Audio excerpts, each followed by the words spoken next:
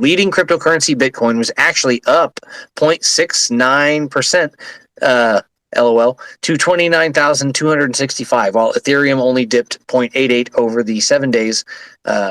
There were no major losses among the top 40 cryptocurrencies by market capitalization. A few projects even thrived, with BNB blowing up by 10% to $307. I love Decrypt's language. We always talk about this. Blowing up to $307. It's unbelievable. Good evening, ladies and gentlemen, to everyone listening live and everyone listening to the recording of a Twitter Spaces here for Community-Driven Crypto. Year 2, Episode 2. We're getting our speakers up into the speaker spots, and if you are here listening to the recording, you are here early, and we appreciate that. We're getting everybody in place to participate right now. So if you've never listened to one of these spaces before, there's a bit of a deal here. In the real world, it takes time to get the space filled up. So you can either listen to the music, or if you need to skip forward, and you can skip right to some of the content, which usually starts about 5 or 10 minutes in. Or if you want to hang out and listen to the music, you can do that. We're going to do some microphone checks for the live speakers, and we're going to make sure everybody's good. And then we have some work to do as part of our speaker spots. We have to pin tweets. We have to invite other speakers. We have to post in other social medias. There's a whole lot of other Twitter stuff we have to do. So if you're listening to the recording, like I said, you're welcome to hang out, or you can skip ahead. In the meantime, let's check microphones. I saw everybody had some trouble coming up, it looked like. Let's check Crypto Camel first. How's your microphone? Very good, very good. Excellent. I hear you as well. Alan, your microphone working? Yes, sir. Cool. Got that. 2%. LaRose, how are you? Doing awesome. How about yourself? I'm all right. I can hear you. And finally, Deckard, you came up. I got your microphone right. Amen. Hello. Cool. Everybody seems to be working. I have tweets to pin and stuff like that. So if you guys want to go send out some invites or DMs and stuff, I'm going to turn the music back up so you don't have to hear me clicking. We'll be back in a minute. All right. I got 3 pinned tweets, which is usually the limit I like to stick to when I'm doing pinned tweets. And as far as DMs, I can do that from here. You guys got some, looks like somebody else is pinning tweets. That's good. Holy cow. I have a lot of good news stories this week. I'm excited to have crypto news that's not related to the same thing everyone else has been talking about. I hope that is something that we can provide because there was a lot of things that went under the radar. So I think you guys will enjoy some of the news stories that we have ready this week. And if we missed anything, or if you had anything you wanted to talk about, remember you can either pin that or DM to my account, and we can go over it that way as well. Check my invites. Let's see, that dude, this dude, all these dudes.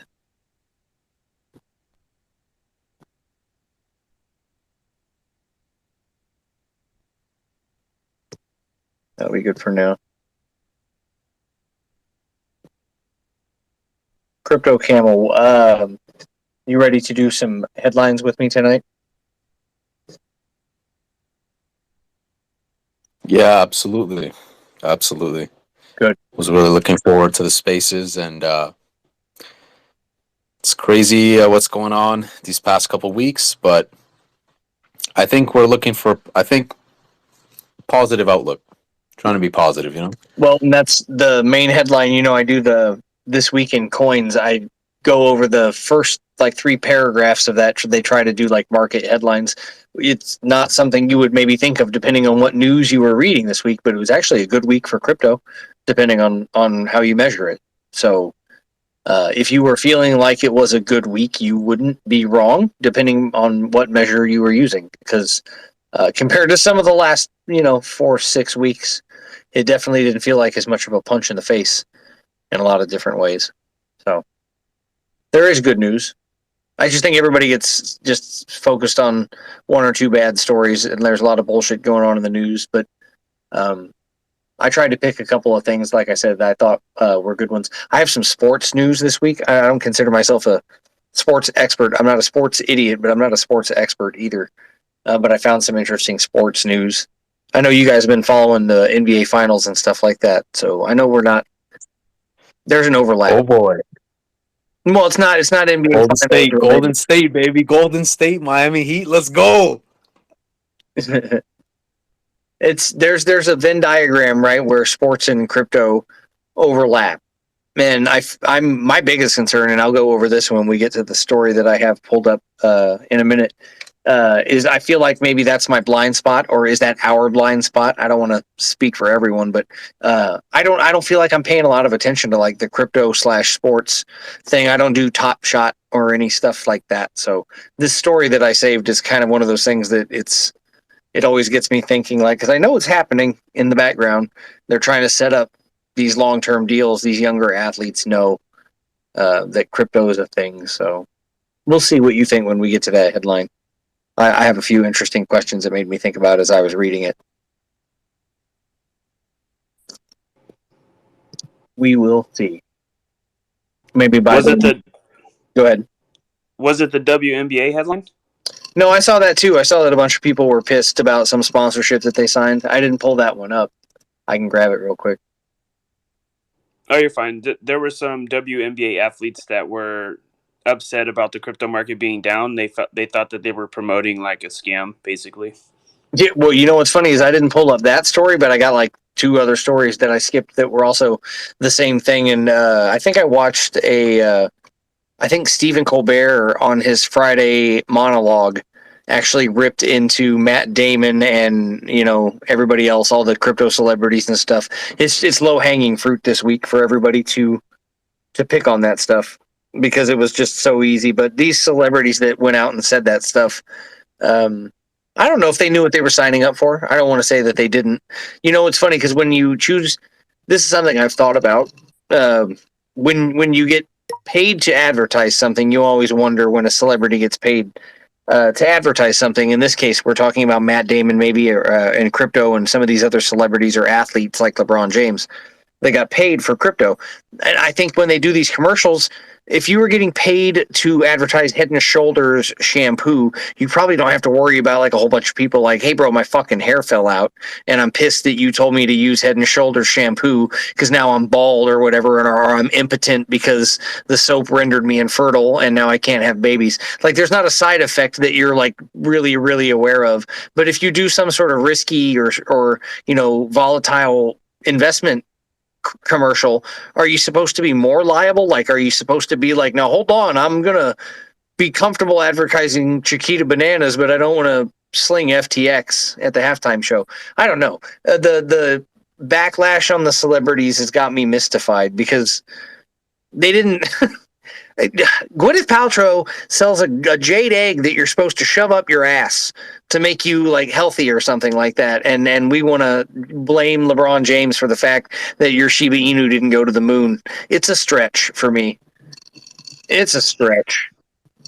Well, it's definitely something to think about if you're of that celebrity stature. I mean, like the Kardashians and Floyd Mayweather are getting sued for what was it, Ethereum Classic or something like that. So it's definitely something to think about if you're in that the hell with position. celebrity stature. I think you and I need to be aware of it just at this level too.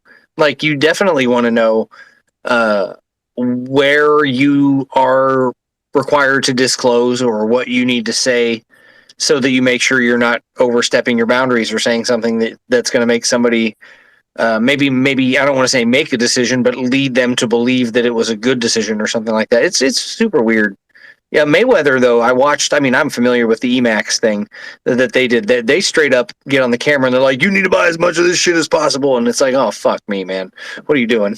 Like, that's totally different when you do it like that. But we'll see what happens to them. They're not. It's going to be a slap on the wrist for them. But the WNBA thing, because this is an interesting thing. It's different when the league does it, versus like an individual player or the Players Association. Because I know the NBA has a Players Association that represents them as a union. So is it the WNBA that did it, or was it players? The article that I read was it was a bunch of were a few players quoted from the Seattle Storm that basically they didn't like the idea that they were promoting a market that went down. The players didn't like it. All right. So it's something that the league is probably doing it, and the players are saying, "Well, we don't want to be associated with it or whatever." All right. Well, that's another side to come from. But yeah, I definitely agree with what you said.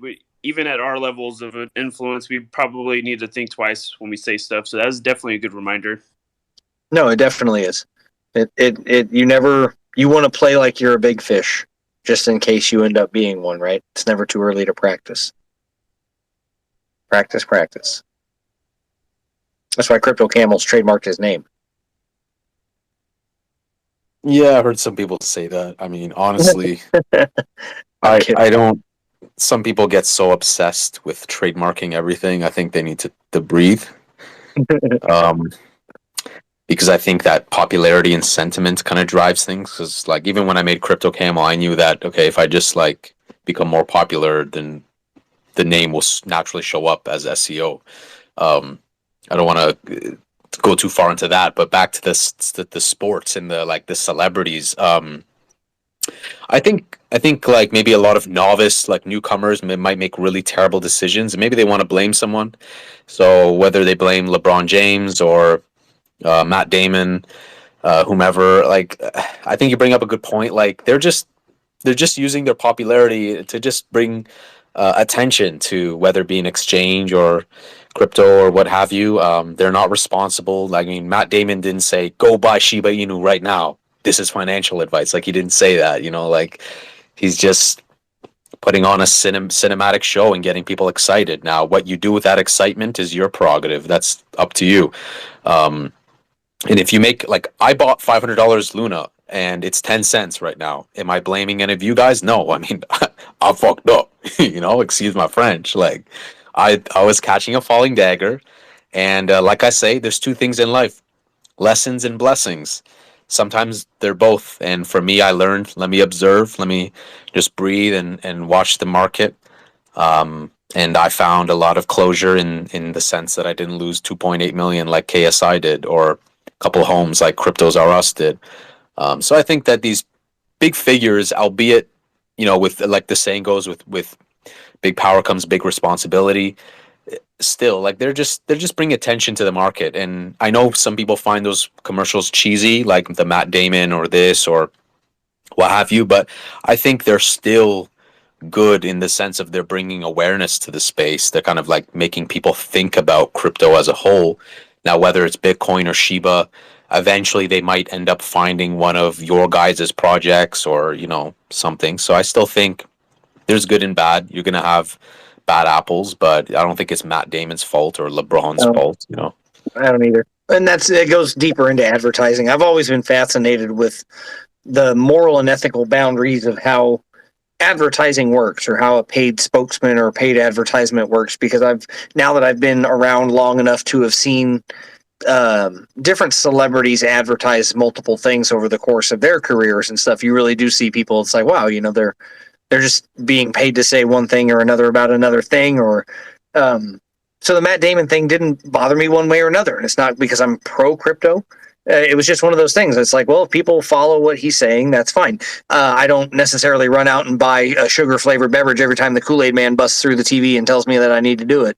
It's it's a matter of making a decision for yourself, and there's risks associated with everything. I think I said something to you in a non-related conversation, Camel, but like you can't sue the grocery store if you get fat.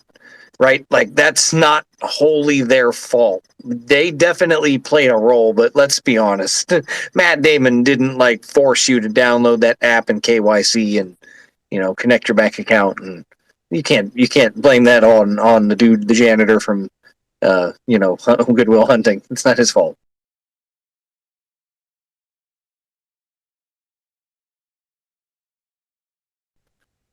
Yeah, you bring up a good point, and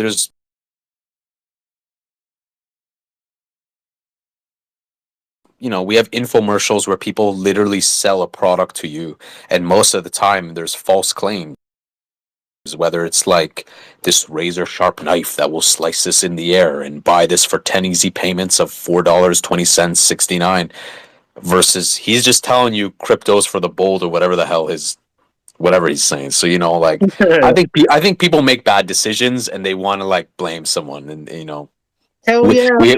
I think they need to stop shirking away from responsibility and have to realize that in this life, you are responsible for a lot of the actions yourself. And I think a lot of people don't want to hear that, unfortunately. No, they do not. You're absolutely right. And his whole thing was like rockets taking off and, people sailing the seas trying to find the new world. Like, it was a great commercial in terms of trying to make you feel like you're a piece of shit if you don't buy crypto subtly without saying it out loud. As from a marketing perspective, I loved it. But it is whatever it was. Like, they definitely got out of it what they wanted. But I now, looking back, question so much of the money that's been spent on some of the way they've done this advertising recently, but that's a whole separate ball of wax that we can get into. We are past 8:15. I'm ready to start with the This Week in Coins headline. If you guys are ready to jump in, if anybody else wants a speaker spot, we still have open microphones. Hakuna, if you want. Rick, if you're in Red Wafer, if you were unable to do the speaker spot, no problem. Check it out. Join Coin. Chris is in the space. It looks like that might be two separate accounts or whatever, but that's fine with whoever wants to come up there. Would be great. We'll go into it. I do my headlines from Decrypt. You guys know this, and we'll get them in here one day, I swear. Decrypt.co. And we get the headlines from there and a couple of other places throughout the week.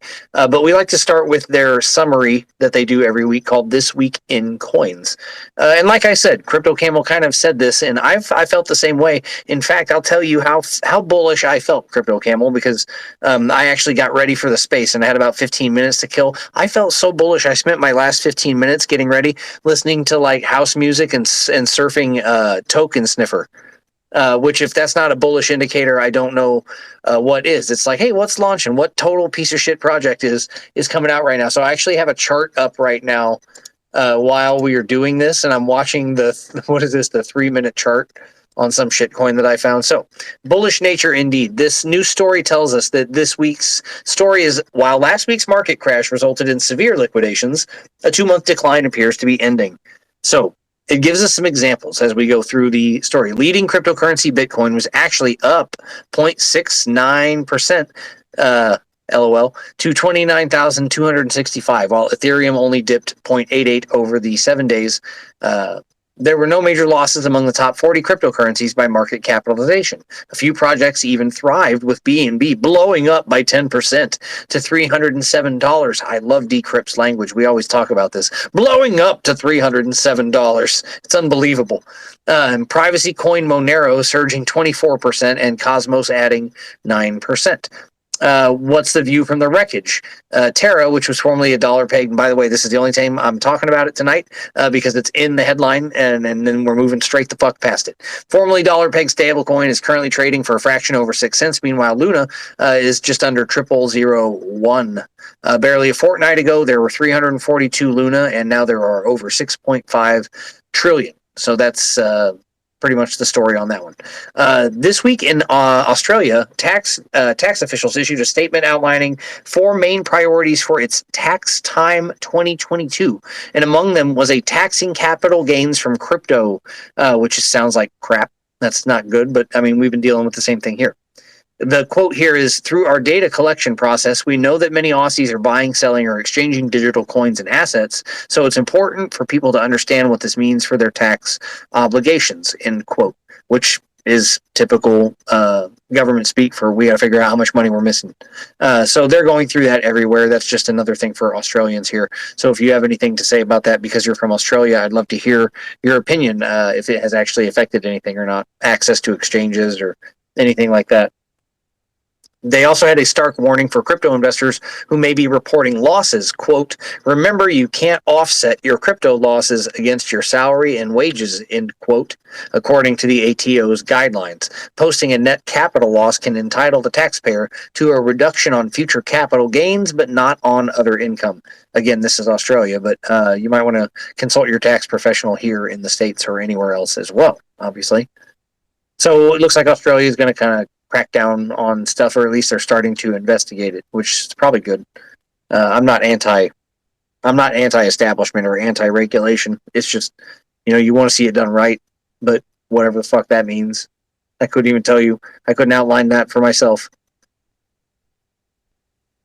Let's see. There are this one. Go ahead. I was just going to say that I really like the nations that are making it less like a labyrinth. Like some of these nations, even in the developed world, right? Let's just use that euphemism. It's like I need to dance like on my roof and go through hoops and do gymnastics to deal with the tax situation. And what we see in countries in Europe, like East Europe, like Georgia, where, or even in Portugal or others, where it's like no crypto tax or no capital gains tax, or I think even in Germany, if you hold it for a certain amount of time. And so it's kind of whack that it's like, what if you take your income and you put it all into Bitcoin and Bitcoin goes to zero, but you can't negate that income. Like it's very like just governments just like give me everything. And I wish it was a little bit more flexible for the citizen and more clarity, and the hammer doesn't come down smashing so hard. I'm a big advocate for like balanced, clear clarity and regulation that's not so stressful where it just like chokes the flow. I mean, because that's what happened in Canada with cannabis. Cannabis, at least if we're not talking crypto, they were so hard on it that it actually hurt the industry. And many shops closed. People couldn't sell products. They couldn't do this. You got to apply for a lottery license. You got to pay tons of money. The government supplies this, and so it's like I'm just a big advocate for balance and that the regulation is not too strenuous.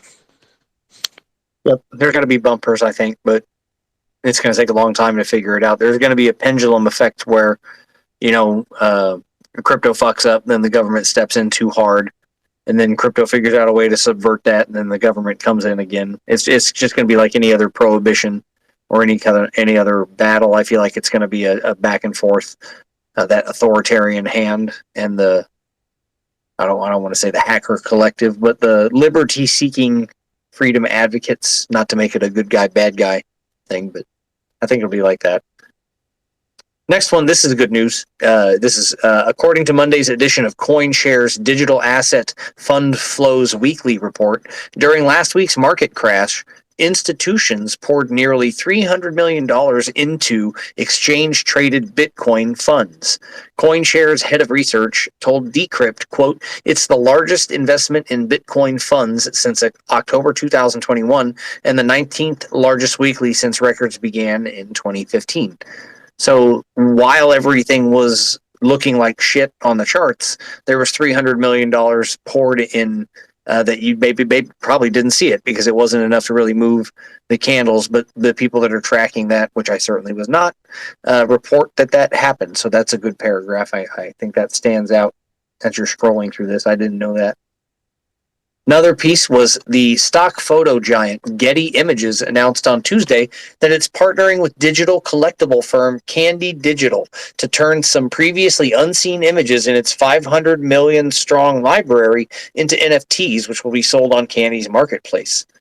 And it doesn't really go into detail on that, so that is a curious paragraph. I don't know what they're going to be doing with that. I'm sure some of you have used stock images from Getty. It's almost impossible not to, right? There's one thing I say to stock image uploaders. Thank you for your service. Well, and that's why I wonder about this tokenization of it, because they're trying to figure out a way to lock something down, obviously an intellectual property or an image right of some sort. So I don't know much about this Candy Digital or Candy Marketplace. I've never heard of that. Oh, I know you're going to be the first customer, Shane. You're going to be lined up. I fucking love stock images, dude. You're gonna be waiting. No, I want like fields and like trees. Like I love just give me stock images of things. Empty city streets and stuff. There's what's fucked up is that it's probably going to end up being this big craze. We're sitting here shit talking, and it's going to end up being like .eth domain names or something, and we're all going to miss it. And everybody's going to suddenly have profile pictures of like stock images, like the pictures of the families in the photo frames at the store that you just never take out. It'll be like that, where everybody's like, dude, check out like my stock photo profile picture. And they're going to be like, what is it? And they're going to be like, I don't know. It's like the downtown of some hipster city somewhere. I don't even fucking know. We're going to miss the trend. Damn it. Now I'm going to have to look at this NFT thing from Getty. All right. Well, if you did that to me, then I'm going to do this to you because this one's more up your alley. So I'm going to shoot this back over the tennis net. Former music sharing service LimeWire announced its own Algorand-based marketplace in March. Said on Tuesday, it signed major label Universal Music Group to its platform. The deal will let artists and Universal or its many imprints such as Interscope, Def Jam, Motown, Geffen, EMI, and Virgin, among them, release tokenized collectibles via LimeWire's upcoming marketplace. So while I'm busy blowing all my fucking ETH over there on Candy Million stock images, you're going to be standing in line at LimeWire buying all those albums again for the fourth time. So I'll see you there. Enjoy your LimeWire marketplace. And I'll be buying that with my Radio Shack token. I bet. So I have a question. Who here used LimeWire like back in the day? Me, for sure. I did. The Anyone better- else? Any other speakers here? The better question is who didn't use it? My goodness. Well, there might be some people here under an age, Alan, I swear. That's true. I forgot about that. Yeah. So I Yeah, definitely did. I didn't know about this story until for Gochstein, they're like, yo, whip up this graphic for LimeWire. I'm like, what the hell is this?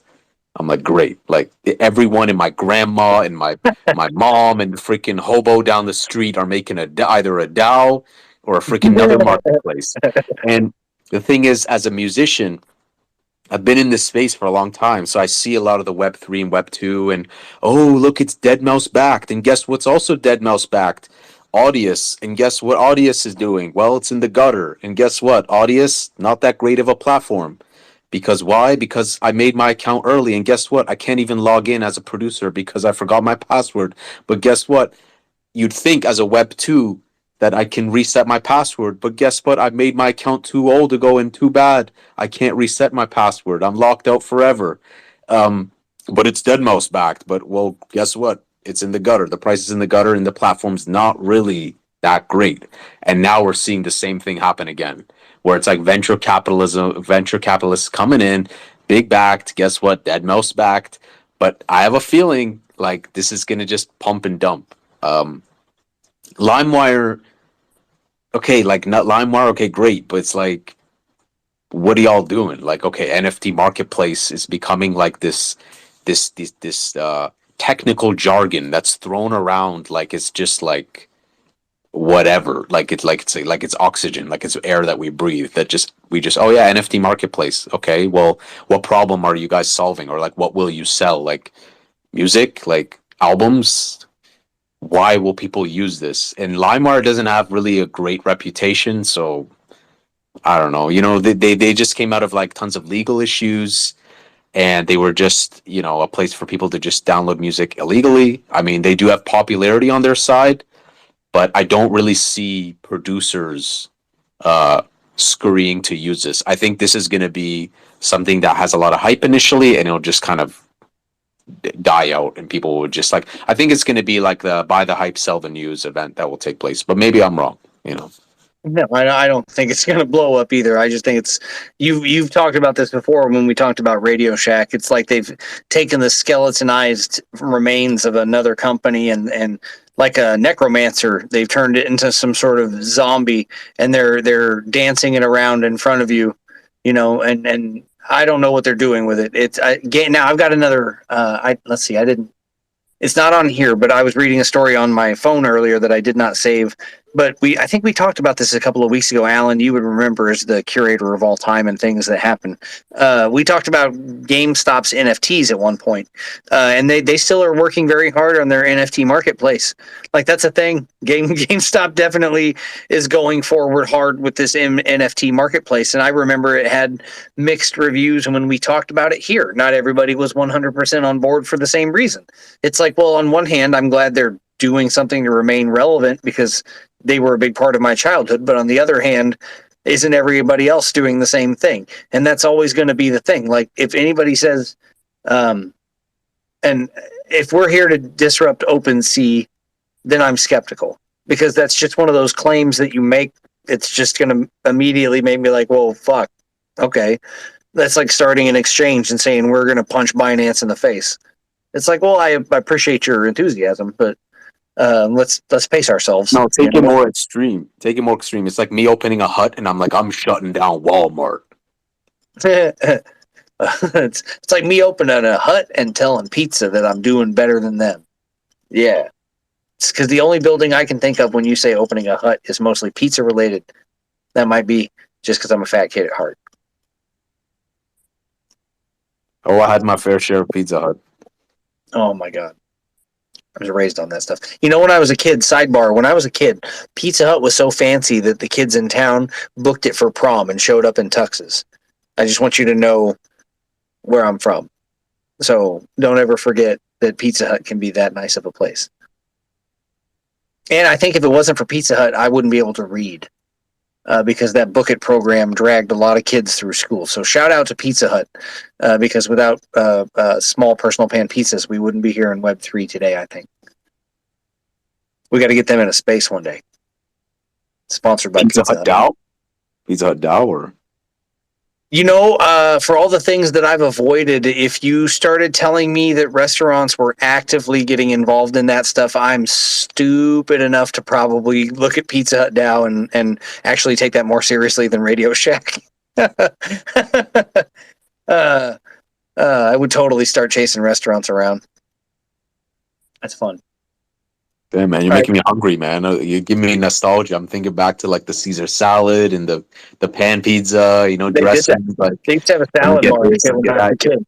The one You I know? have now has got room for you to stand around and wait for your They- fucking pizza and then leave. Bro, they look like I don't even eat like fast food like that at all anymore. But like, damn, their flavors are hardwired in my brain. Like, And now I'm hungry as fuck. Yep. Whoops, my yeah, bad. so I think they could do it. I think they, you know, as strange as it sounds, if they were gonna launch a product, I think they would do good marketing at least. I would do it. All right, I've still got a couple more paragraphs from this one before I go on to the more specific headlines. So there was some blurbs about congressional bullshit this week, but it wasn't really anything other than we're upset about the crypto market being unstable. So it's no big news or anything like that. And that's basically all that one had. We started talking a little bit about the sports thing, so I'm going to scroll over to that one and we can kind of lead with that because I thought that might be an interesting conversation because it's where's the paragraph in here that I wanted to talk about. So it says this week on Kiowa Island, South Carolina, I hosted a crypto panel with Christine Moy, the new head of digital assets at Apollo, Dapper Labs CEO, and Sarar CEO, and all these other famous people. This is being written in the first person. I host panels and conferences all the time. This was the inaugural year of leadership. There were a lot of fancy people there. And it says this would be a crappy week to talk about crypto, you would think, but it was very much the opposite. These people were very, very excited and they all want to get in on it. And it's probably true that from the outside looking in, some of us that are constantly looking at the charts think crypto is on fire and everything is terrible. But if you really, really, really don't pay attention to crypto, you might not even know that it was on fire.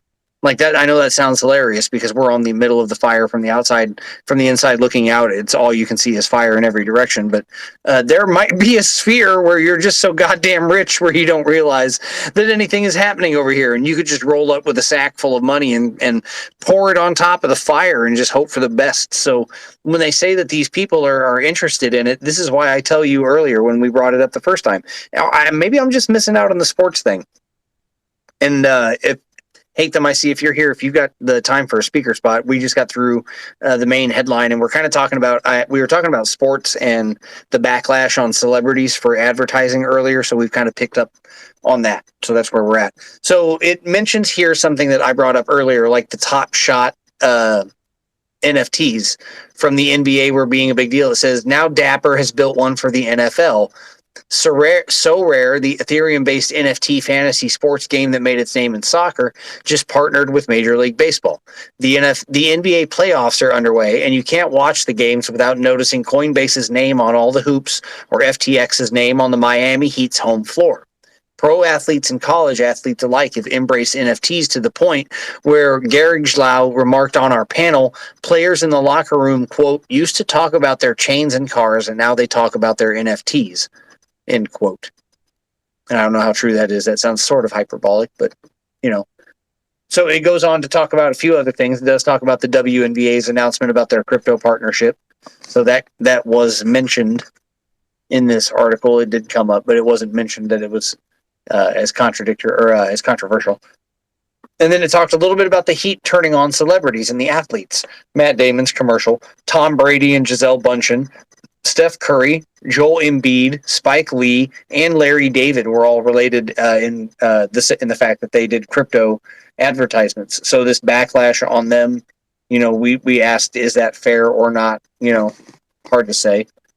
But is sports crypto sneaking up on us? Like, if all these people are meeting in all these places and they're all still super bullish on it, like, is it going to surprise us in like the next 5 years that your tickets and all of your memorabilia are all tokenized? Should we be ready for that? Is anyone here crazy into sports collectibles?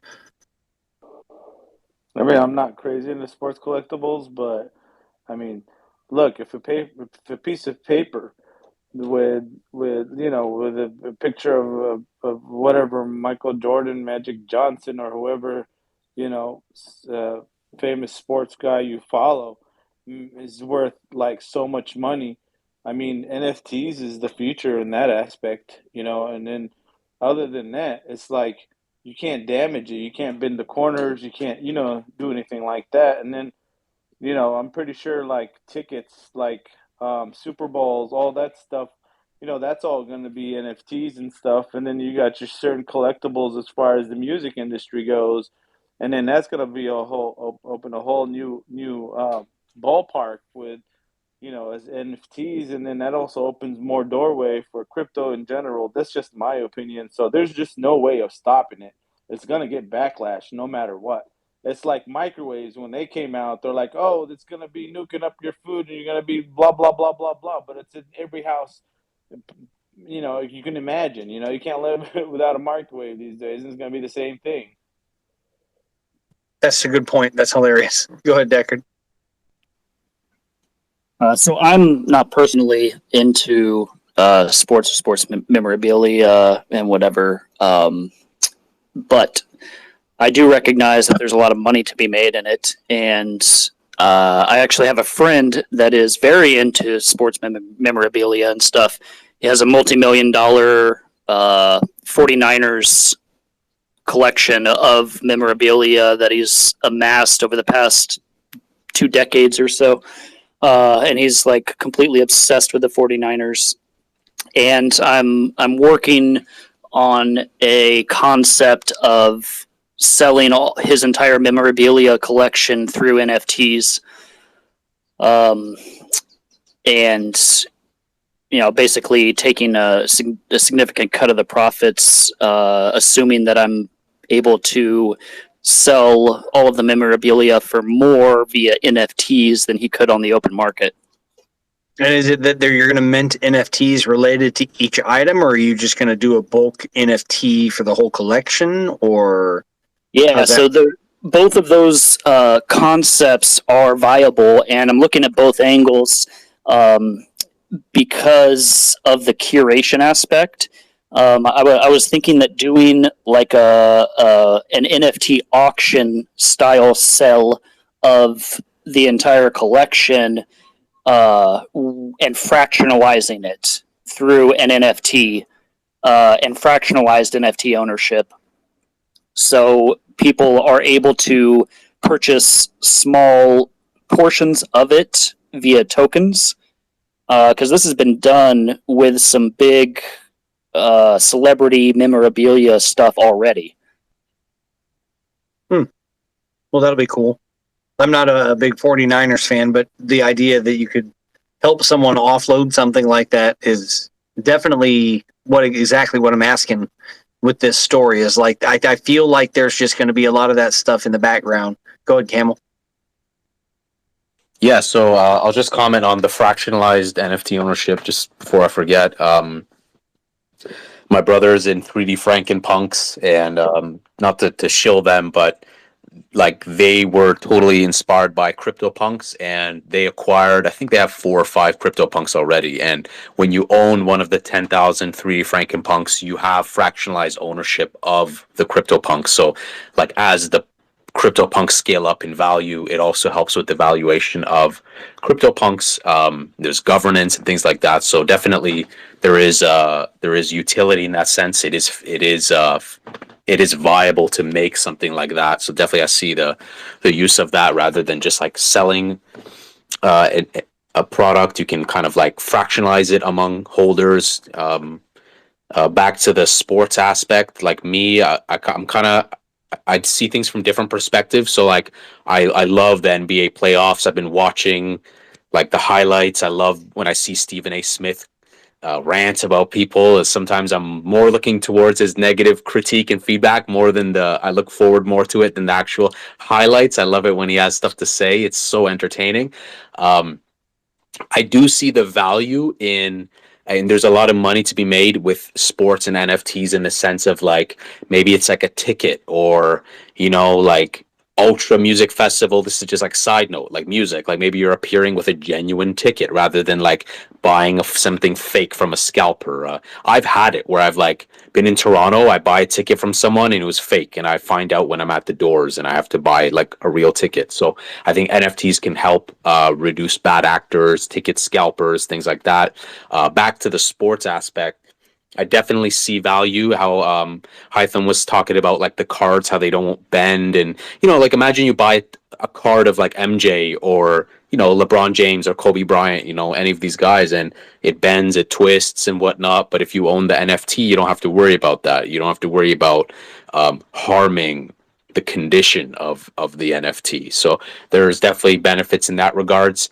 Would I go and personally buy like NBA Top Shot or this or that? No, I don't enjoy that stuff personally. Is there money to be made? Absolutely. Is there value there? Absolutely. I think it's just the beauty is in the eye of the beholder. So if people want to buy that, absolutely go ahead and do so. I think there can be a ludicrous market, and shout out to the people who are taking place in that. I definitely see value when I see FTX Arena. When I was in Miami, it was everywhere. FTX Arena, definitely a lot of eyes, and definitely people will be googling that and entering crypto and altcoins because of that, or seeing crypto.com on the on the players' shirts. Like these have an impact, and it's helping with impressions. And I definitely support that. Like I definitely want to see more of that, and it's great to see that, how it's like it's no longer Staples Arena, it's Crypto.com Arena or FTX Arena. I think that this is just good, and I want to see like just unique things entered in this aspect. I want to see stuff where like you show up to Ultra Music Festival and your NFT also gives you like unique things, like, oh, you can do this and do that, and like you don't have to worry about losing your ticket. And so I want to see stuff where it alleviates like problems but also gives value to the holders. So I think there's a lot of interesting things in this field. But personally, yeah, I'm not really big on owning like I was never big on these collectible cards and whatnot, but that's just a personal thing. But I think there's definitely a lot of synergy. I wouldn't be surprised if they have NFTs for some of these, supercars where you buy a Lambo and you get your NFT with it and it's connected with that Lambo and stuff. So Oh, you just hit on something that I can totally talk to you about. There's yeah, a project doing exactly that. Hatham, M Content has fractionalized into 12 separate NFTs, a Mercedes-Benz AMG GT Black Series in a magma orange with black racing stripes. And ownership of one of those 12 NFTs will get you one 30-day period in a year of driver permission for the car. So it'll be passed around amongst those 12 owners of those NFTs in some form or fashion. And it's a super cool idea, and I'm not entirely sure how it's going to work out. And if he had stuck around, Gaining Enigma was in here earlier, and he'd be shitting his pants at the opportunity to talk about it, because that's the project that he represents on YouTube and stuff like that. But it's a cool idea. I'm not sure how it's going to work out. And when I got excited about it, Alan and I were both very excited. And then we looked at the price for the NFT, and it's only like $30,000 or something, for the NFT. So, it's something to consider. Yeah, maybe I'll go and put the thought out there for Bob, so you can get your NFT with your couch. Your couch will come with Yeah. an NFT. Yeah. Hey, if that's what it takes. Or if someone can come in and they can't afford a couch, you can fractionalize a couch and somebody gets it for 30 days and they just have to move it to the next person. Yeah, I wouldn't be surprised if we can get some. What are they called? The Okay, so you have the Amish people. You can buy a cow and get an NFT with your cow too. So Everybody's going to be in on it. It's gone too far. yeah, It's we call that a top signal when the Mennonites are trading NFTs. yep. Yeah, But yeah, that's a hard sell. That's a hard sell right there. That's funny. I have I have a very strong urge to do a somewhat offensive Mennonite accent, but I'm going to go ahead and do it just because it's funny. It's like, oh yeah, hello there, welcome to their cows, and you get their non-fungible token with it there too. So Jedediah is going to send you their the wallet address, and if you just pull up your MetaMask, we're going to get you the cow from the barn, and then we'll send the NFT to your wallet. So just hang out. I feel like nice. that. I like it. Yeah. That's pretty. NFT. The way you said NFT was so funny. Right. Non-fungible. I think I can go ahead and make an NFT for my house. Yeah, that'd be doable with 3D, and you can go in there and kind of check it out. Nice. Real estate. That's actually, I wonder, like right now, I think you could, even if you wanted to, take like the title of your car, like 3D scan it and make an NFT. I don't think it would be a legally binding document, but you could start trying to put that stuff on the chain if you wanted to. Oh, Alan got rugged. Hey, everybody. I think Alan got rugged. Look at that. We lost Alan in a speaker spot. It's not a Twitter space Yeah. until Alan gets rugged, everybody. We're about halfway through, so that about checks out. We're going to wait for Alan to come back around before we go any further with that. But in spite of Alan getting rugged, that is a hard drink signal right there. So whether you got your water or any other beverage there with you, this is a stop and drink for sure. We got to wait for Alan to come back while he bounces around in the blockchain. And then, of course, we'll be waiting for his entry signal again. If you want to come up, I see Crypto Talks Daily is in the space. If you want a speaker spot, you're welcome, brother. I know you're hanging out down there. Anybody else, too. We're just doing the headlines and stuff. So if you want to come up and go through headlines, we're starting to touch on the sports headlines and stuff.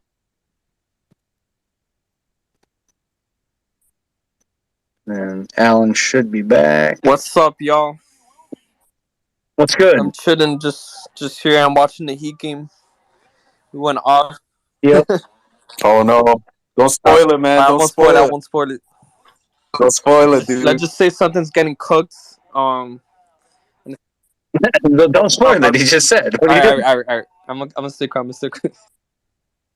you do that? All right, Alan's back. Let's get Alan back up in the speaker spot, and let's see what the story is this time. Alan, are you back? I don't even want to talk about it. No, I'm sure you don't. It's not a Twitter Spaces until Alan I gets just want to rugged. fucking smash my phone. I know that. I need to get a new one. Yeah, I wondered if is it you getting a phone call or if it just drops you that time. No, it just the phone freezes up and like I have to reset it. So, but it only does it when I'm in Twitter Spaces. You got to put it in the freezer, bro. I've done that. I can't hear too well. Can't in the freezer with it. Yeah, it's a pretty demanding app. It definitely will crank up the temperature of the phone. Honestly, Alan getting rugged in Twitter made me get like a new phone. It does run hot. I can tell you mine does too. All right, next story. Go ahead. I was just going to say, I think I told you guys that I used to put my phone in the freezer between sessions when we were teaching. Yeah, I could, and that doesn't sound insane, honestly, if you're going to use it that much. Yeah, So I was doing a the next Zoom call. headline that I have. Go ahead, Atham. You're fine. I was doing a Zoom call in my car one time. I was like, it was a video. It was one of our AMAs, and then I had to just actually hold it up against the air conditioner so it can stay cool because it was just getting too hot. You look all desperate, holding your phone up against the dash. Yeah, I know. Like I'm trying to cool my phone off and trying not getting dropped out of this AMA while I'm speaking. That's dedication. So I have another headline pulled up. This one's going to make some of you guys laugh because I know you saw this week.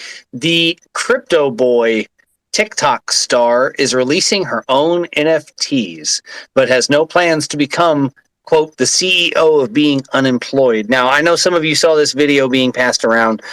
This girl and eventually what turned into a series of duets singing a song about how she didn't want no crypto boy, not even his one Bitcoin, and so on and so forth. It was adorable. I thought it was hilarious, at least. It's very well done. And everybody that jumped in and added their duets really added a certain je ne sais quoi to it. You know, it's hard to say which one was the best version of it, but it was nice. Now, the ironic part would be that she is making NFTs. That is funny. Now, she's not doing it for her own gain. This is a charity NFT collection, apparently. She's actually paired up with someone that surprised me. She is pairing up with the Pussy Riot co-founder Nadia Tolokonikova next week. And I think I got that name right on the first try. So bonus points on that. This is a charity collection that they're going to be minting and selling these NFTs for. So she's not becoming a crypto boy, I guess is the story, which would have been she's the headline. A crypto girl. Yeah, which would be all too easy. After the way that video circulated, if she just turned around and was like, "And I'm launching a DAO," everybody be like, "Oh hell yeah! What is it, bathwater DAO? I'm totally in." I'd be so. I mean, so this is okay. I don't know what it's gonna amount to or how much they're gonna be selling it for, but I'm sure we'll see more about the story. She may end up sticking around. I definitely didn't expect this though, because the way it was kind of a parody. But we'll see. It goes on to talk about what it's about. Yeah, totally. That's a win because when someone's against something and then all of a sudden they hop on the boat, then it's a win. Yeah, somebody reached out and they're like, "Hey, maybe this isn't what you think it is." Yes. You know. So we'll follow up on that. We'll see if we hear anything. I thought that was a neat. Yeah. Still funny. Nobody wants to be a crypto boy until they make a few ETH off of it, right? Oh yeah, for sure. Then when they find a crypto boy millionaire, then it's a whole different situation. Right. Well, I'm telling you what, you mint a successful collection, and she'll change your mind and say, "Wait a minute, tell me more. How can I do another one of these collections?" So we'll see if that next video, we're talking about tokenizing music and stuff like that. She that may be another name. Her name, by the way, is Salem Elise. Is her name? The girl, the blonde girl in that video, and this is her collection. So if we see that name again, that's how we will know. I was actually in a space with Busta Rhymes one time, and he was coming out with some NFT music that was never released before. I thought that was pretty cool, and he was just mentioning some stuff. He's pretty cool. He's big on NFTs and crypto. Well, artists are going to find a way to get that stuff out there where they can feel like a fair representation and a fair pay scale is at least in their favor. So I think that's going to be part of it for a long time. All right, the next one I have pulled up. This is news that I feel like I'm kind of stuck in a time warp when I read this one, so forgive me if it feels like you've all been through this story before. But it looks like Ethereum 2 is happening, or the merge, or the consensus chain, or whatever you want to call it, because I've heard it called so many damn things at this point in time. But here we go. Let's have an Ethereum story. Ethereum merge coming in August. Quote, "If everything goes to plan," end quote, says a core dev. If developers can complete the merge to proof of stake in August, they won't have to worry about defusing the, quote, difficulty bomb, end quote, that is about to go off. That's a term I had not heard before until I started reading this article. It says the difficulty bomb will start slowing down the current Ethereum network. Ethereum devs are hoping to transition to the proof of stake quickly, which would negate the need for an update to delay the bomb. Don't get your hopes up too much, but Ethereum's move to proof of stake could be in the cards for the summer. Ethereum core developer Preston Van Loon told a panel at the Permissionless conference today there's momentum behind finalizing the move in the next 3 months. Quote, as far as we know, if everything goes to plan, August, it just makes sense, said Van Loon. If we don't have to move the difficulty bomb, let's do it as soon as we can. So, what does that mean? It means that they're going to try and get the thing done and switch to proof of stake. It would mean that they were talking about up to a 90% reduction in some of the Ethereum traffic and, therefore also gas fees. So that would be good. And this difficulty bomb is just basically like a slowing down of the network if they don't make a change. So they've tried to put it off intentionally. It's not something it's not a deadline that's been looming. It's one they've created for themselves. And they've basically said we've pushed it far enough. So they want to get this done now. It looks like they're going to go ahead and get the merge done. So they're talking about August. Now there's a paragraph here because we've kind of, I don't want to assume that we all have, but a lot of us have heard about this merge ahead of time. But there's a paragraph that stands out, and I want to read it just for a good, sensible chuckle. So everyone, steeple your fingers with me and have a chuckle as I read this next paragraph out loud. But the real reason many are waiting for the merge is because it's expected to cut the issuance of ETH by about 90%. Less ETH in circulation means, of course, less supply and higher demand, which should push the price of the coin up. As of today, 1 ETH is going for $2,000, according to data from CoinMarketCap. The most optimistic Ethereum bulls think the merge could take an asset's price over its all-time high of $48.91, set in November 2021. So it's very telling and kind of disappointing that the number one reason people, or at least the perceived reason people would be excited, is number go up. I mean, damn it, really? That's it? All right. Well, everybody's in it for the numbers to go up. Yeah, I don't want to say everyone is, because there are some things that are tech, and there are some things that people are into for tech, but there are a lot of people that are in it for number go up. But go ahead, 2%. The question I have is, I'm not knowledgeable. Has there ever been a crypto that's actually gone from proof of work to proof of stake? Like, what's going to happen during that transition? Mostly every crypto out there has an ETH pairing with it. So it's like, are they going to have to halt trading, or is everything going to go temporarily down when the change happens? Like, I'm not knowledgeable on the tech side to know what happens when if it officially goes through. That's a good question, and I certainly wouldn't be qualified to answer it with 100% certainty, but I believe it's a block-to-block transfer, because I think it's a flip of I think it's like a thing that's ready to go when one block ends and another block begins, and it's just a matter of how that's being handled on the backside for the processing of the blocks. But I'm also just saying words out loud in a sequence that make me sound like I'm smarter than I really am, because I don't know if any of that's true. I can't back any of that up, but I'm pretty sure what you're saying is you've got so many protocols that rely on this. The idea that you would even hit the off switch is nearly fatal for smaller projects. So I don't believe that there would be any kind of a downtime or off time, but it would be curious to follow up on that. Gotcha. But yeah, as like the story, anyone that's been in crypto knows, kind of like with most crypto projects, especially the Ethereum 2.0 update, I always lean on the latter. Most people have deadlines and launch dates they say they're going to hit, and it typically is always comes later. So if they're saying August, I expect the upgrade to happen later, is my 2 cents. Yeah, we were here in August last year. I'm not even being hypercritical or hyperbolic on that. I'm serious. We heard this was all the way last year. I remember doing this in Twitter Spaces so far back, Alan.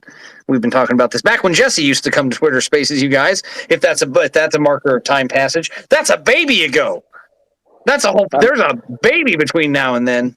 I think all these crypto projects got to deal with these deadlines and stuff. Like I handle my customers with my furniture. I don't know if you guys don't know, I do sell furniture.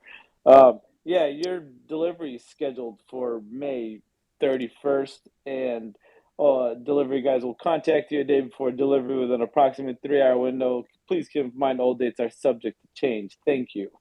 That subject to change is the most important thing you can throw in there at the end. Yes, you got to throw in the disclaimer. Yeah, a little bit. Kind of reminds me of when I worked for Geek Squad, setting that in-home appointment, and I digress. No, but you're right. You got to give yourself a window. All right, Yeah, I've got a bullish story for the next one pulled up. I thought this was good news because the other one, the smaller headline from the This Week in Coins mentioned the $300 million of influx while the market was down.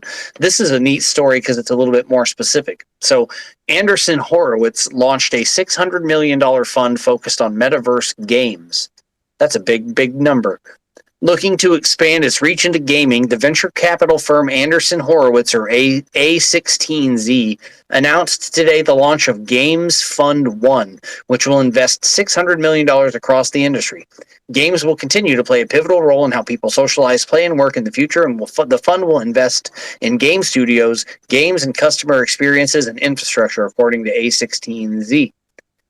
That's a lot of money. And for them to be throwing it in there, I'm going to read to you, not to be a name dropper, but I want to read to you this list of people that are part of this going forward, because I think you might recognize names and companies here. Joining Anderson Horowitz in the fund are David Baszucki, the founder of Roblox, Jason Citron, the founder of Discord, Mark Merrill, the co-founder of Riot Games, Mike Moraheim, the co-founder of Blizzard, Alex Larson and Jeffrey Zerlin, the co-founders of Sky Mavis, Kevin Lin, the co-founder of Twitch, Mark Pincus, the co-founder of Zynga, and Ricardo Zacconi, the founder of King.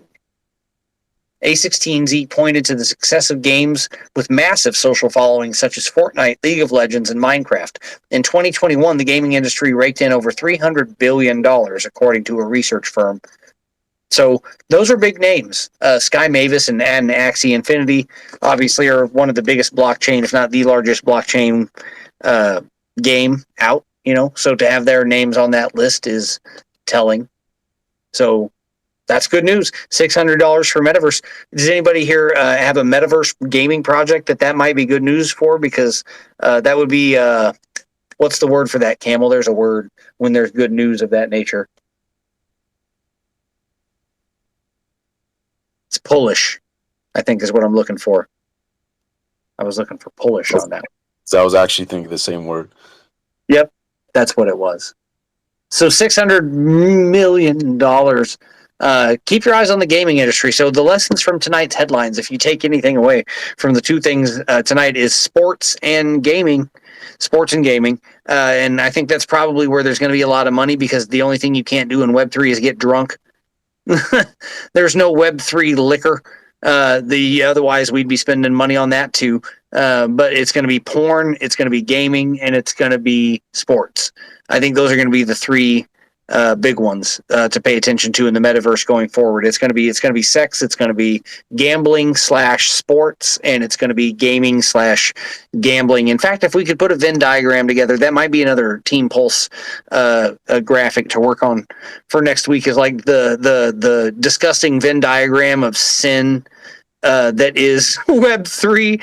I just stumbled across this, but that's my new idea. That sounds like the rock and roll of crypto. Yeah, no, we're going to solidify that. We're going to come together with some sort of an infographic related to that, because I think that's not wrong. We'll work on that. All right, I got one more story before we go into halftime. I made a tweet before we got into the spaces tonight. This was just kind of a shot across the bow. I didn't think it would work at all, but I made a tweet saying that I thought it would be fun if Martin Shkreli would join my space. Martin Shkreli's out of jail, you guys, and this is a controversial opinion, and I know this is not crypto related, but I'm not entirely upset that Martin Shkreli is out of jail. I'm one of those people that was kind of more on the side of, I don't really feel like he was as bad as everyone made him out to be. I don't want to talk about whether or not he should have been in jail, because I don't know all the details of why people decided to lock him up. I wasn't on the jury, so it's what it was. But I think he liked being the bad guy, and he was a complete troll. So he got out of jail, and he went into a Twitter Spaces like yesterday or the day before. What's the date on this? May 21st. So yesterday, mere hours after being released from prison, Martin Shkreli jumped into a Twitter Spaces to talk about cryptocurrency, including that he dabbled in it while he was incarcerated. Uniswap is really cool, he said. I started using Uniswap in prison. A deluge of responses followed, including one from the creator of Uniswap. And the Uniswap creator said, "Will Shkreli still like Uniswap when he learns I listened to that Wu-Tang album he bought more recently than him?" Which is funny for those of you that don't know, the dig on that is that Shkreli was the sole owner of a single copy of one of Wu-Tang Clan's only albums. They made an album and they only made one copy of it, and he used to troll people all the time by playing short clips of it on his social media so the world would never get to listen to it. And when he was arrested, it was sold as part of his bankruptcy and asset forfeiture for his trial. So people were finally able to listen to the Wu-Tang album. So it seems like the Uniswap guy wasn't thrilled to hear that Martin Shkreli used Uniswap, but I guess any press is good press. Like, I mean, if I found out, Hatham, if you found out Martin Shkreli was like, just got out of jail, have found out that Red Wave was a great social media while I was in there and signed up, you'd be like, oh, God damn it. Martin Shkreli's talking about Red Wave. I don't know if that's I'm more like, where'd you get your phone, bro? right. Seriously. You know, literally, like, okay, so in prison, an iPhone, because you know you're not supposed to have phones in prison, but an iPhone was going from anywhere from 6 to 10 grand. Ooh. Yeah, I've like sold smartphones for a couple of grand that are worth like $100 back then. It was Gee weird, golly. but yeah, it was weird how we'd get them into prison. But yeah, you're Well, not supposed to have phones in prison, by the way. well, I think Shkreli wasn't entirely broke, so it doesn't surprise me that he'd have access to stuff like that. They Yeah, didn't but take it. most likely he was probably in kind of like some kind of camp facility, which is a little bit more access. No walls around you, but easier to run off the campus and come back, or somebody will run for you. Hey, where there's a will, there's a way. Oh yeah, for sure. Yeah, most definitely, and I've definitely learned that. Well, I sent out a tweet just because I saw that he was jumping into Twitter Spaces, but he doesn't even have a Twitter account, so I don't know where he did it or how he did it. But maybe he'll jump in.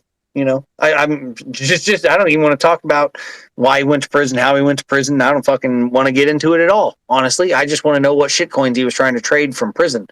What's so hot that you need a phone in jail? Like, hook me up on the alpha, bro. Like, seriously, what shit coin is worth that? Like, oh, I gotta keister this phone so I can get this NFT drop tonight at 3 a.m. because it's a Australian, drop or whatever. Like, what are you doing? Sounds like they need their minds opened up to the Binance Smart Chain. Probably. Uniswap. I mean, come on now. They could save so much money. I would have thought a Pancake Swap was the prison dex of choice, or maybe even RBX. I don't know how degenerate prison is.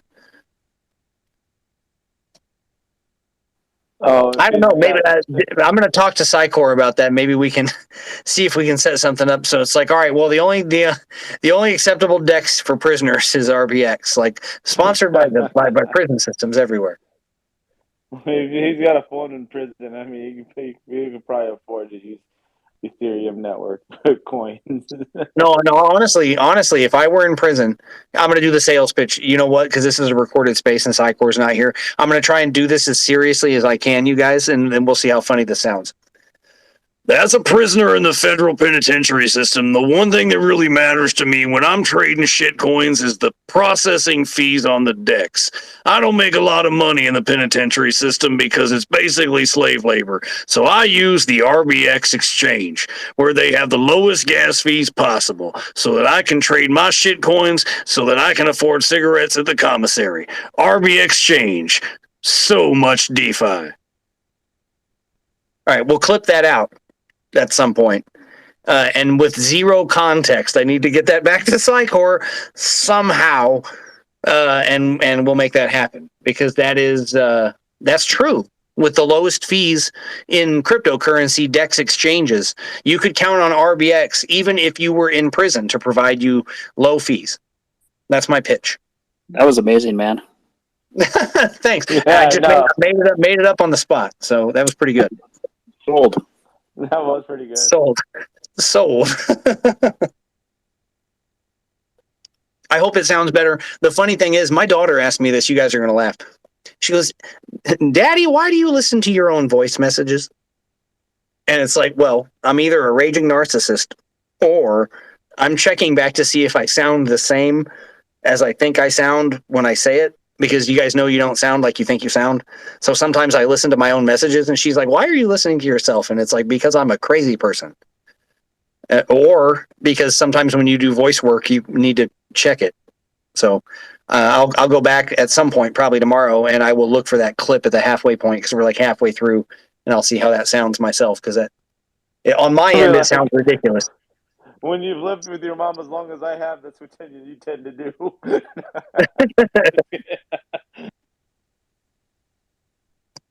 All right, we went past it, but I need to acknowledge as we cruised past it there that we are at or beyond the halfway point. Now, Alan, when you were gone, due to the courtesy of Twitter, I did mention that would have been a great opportunity for everyone to stop and take a drink. So this would be a great opportunity to get yourself a drink of water. Water, of course, used to be one of our sponsors here at the Community Driven Crypto Show, but Season 2 is sponsored by Team Pulse, hashtag Team Pulse. Those of you are here, you are familiar with Team Pulse. Pulse Crypto Marketing, your source for Web3 community marketing. If you have a crypto project, NFT project, or just generally need to be out there more, then Team Pulse is your go-to. We have Alan NFT. If you need graphic design work, Alan helps me with my Twitter graphics. If you need a new Twitter background banner or something like that, Alan has very reasonable prices and high skill. If you need something on media management, like a YouTube video, Crypto Camel does media and other UX design and music. So if you needed some sort of digital media, you can contact Crypto Camel. And Kedrick is our spiritual wizard and also our jewelry provider, believe it or not, our in-house metallurgist at Team Pulse. And you can read all about that at joincoin.io, joincoin, where Team Pulse is verified and KYC'd. You can read all about us because you want to hire a project you trust. So if you ever want to sponsor a Twitter space or have a Twitter spaces for your project, we can do that. Because that's kind of what we do. Obviously, if you're here now, you know that. So thank you for coming to a Team Pulse sponsored Twitter space. Get yourself a drink of water and give yourself a hand for hanging out. That's the spiel. Thank you, guys. Halfway through. I have tonight, I'm running low. You guys probably have done this in your lives. I'm drinking liquor that I don't like because I have it. Have you ever done that? Where it's just like, well, damn it, I've got this left and I need to get rid of it. So I have a cherry limeade vodka, and it's in a cranberry juice on ice. It's medium okay at best. Medium okay. I haven't done that, but I've smoked some skank weed one time because I didn't have the good stuff. Yes. Yeah, exactly. I know what you're talking about. Yeah. Ooh, my bad. Right. You know, sometimes you're looking for the ganja, but there's the stems, or the strain that what is this? For sure, man. Or Looking even for the ganja, and you end up with the mixed stuff. even when it comes to food, it's like, okay, what's the remnant vegetables? Okay, what's left over? Okay, let me just throw this in here. See what happens. It's just you got to make do. Times are tough. Yeah, you're looking for something healthy, you end up eating something junk.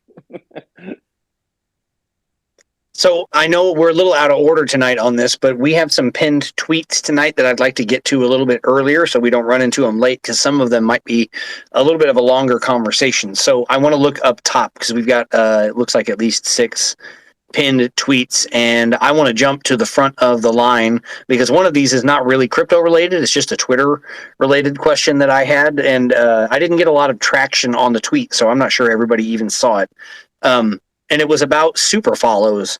I went to a Twitter Spaces this week hosted by Twitter Spaces because they are part of what I try to do is try and stay as in touch with what Twitter has not only done, but what they're getting ready to do.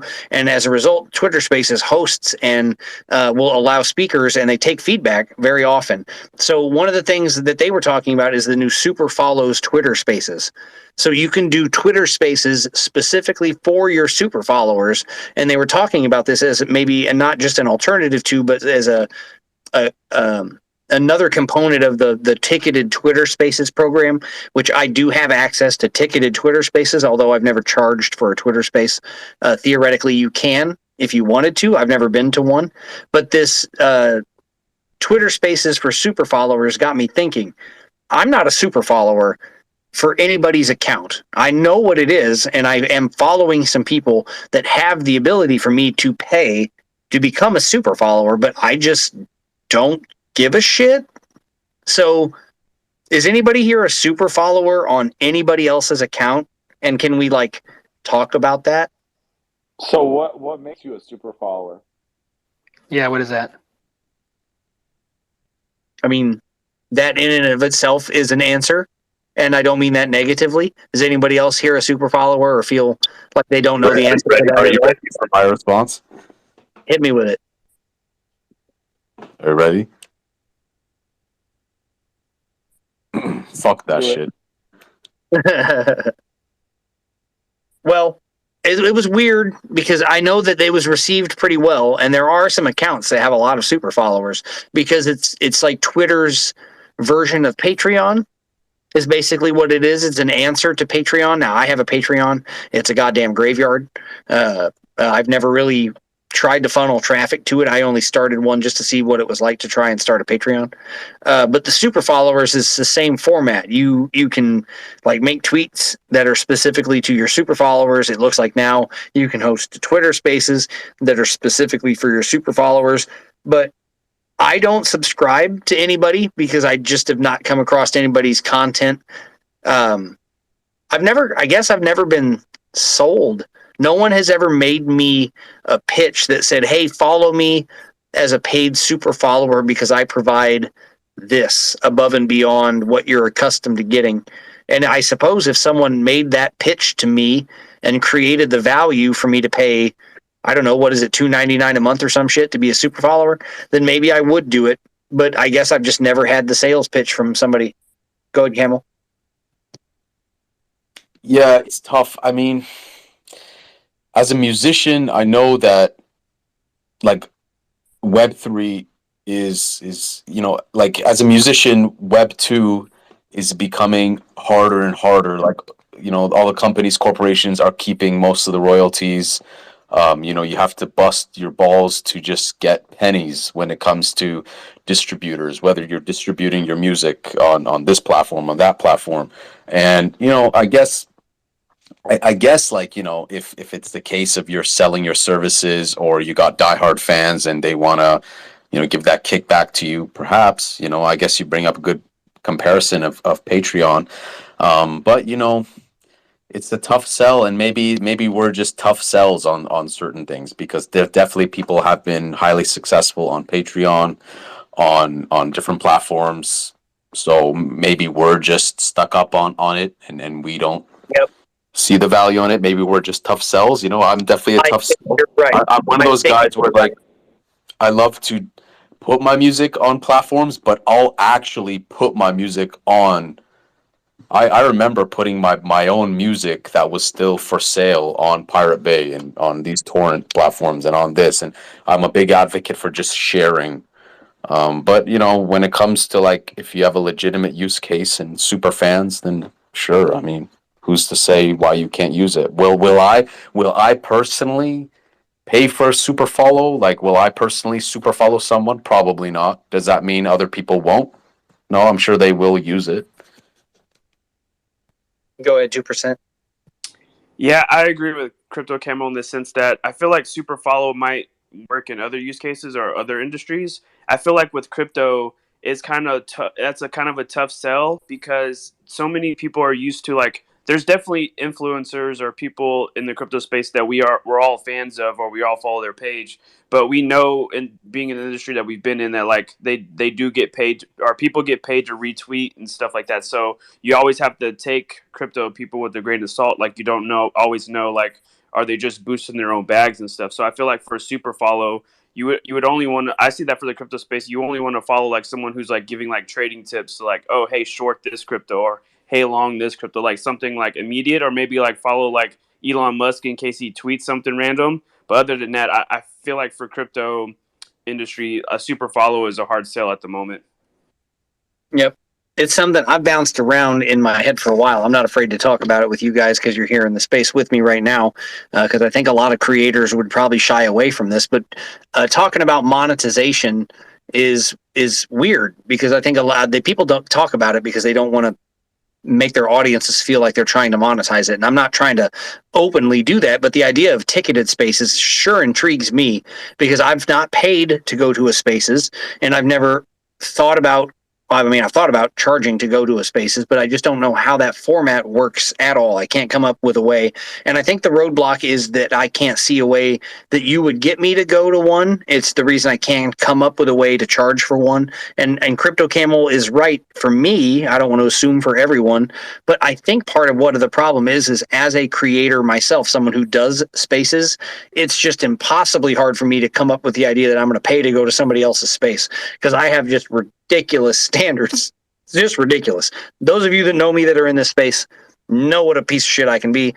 So you know what I mean? But you'd have to be just an amazing experience for me to pay to go to a spaces, because some of the free spaces, all of the spaces right now that are free, I've been to some amazing Twitter spaces. I hope you guys go to other spaces other than just mine. I hope you shop around. I tell people the same thing at my gym when they come and try and hire me for training. You don't know how good I am if you don't go somewhere and find out how shitty everyone else is.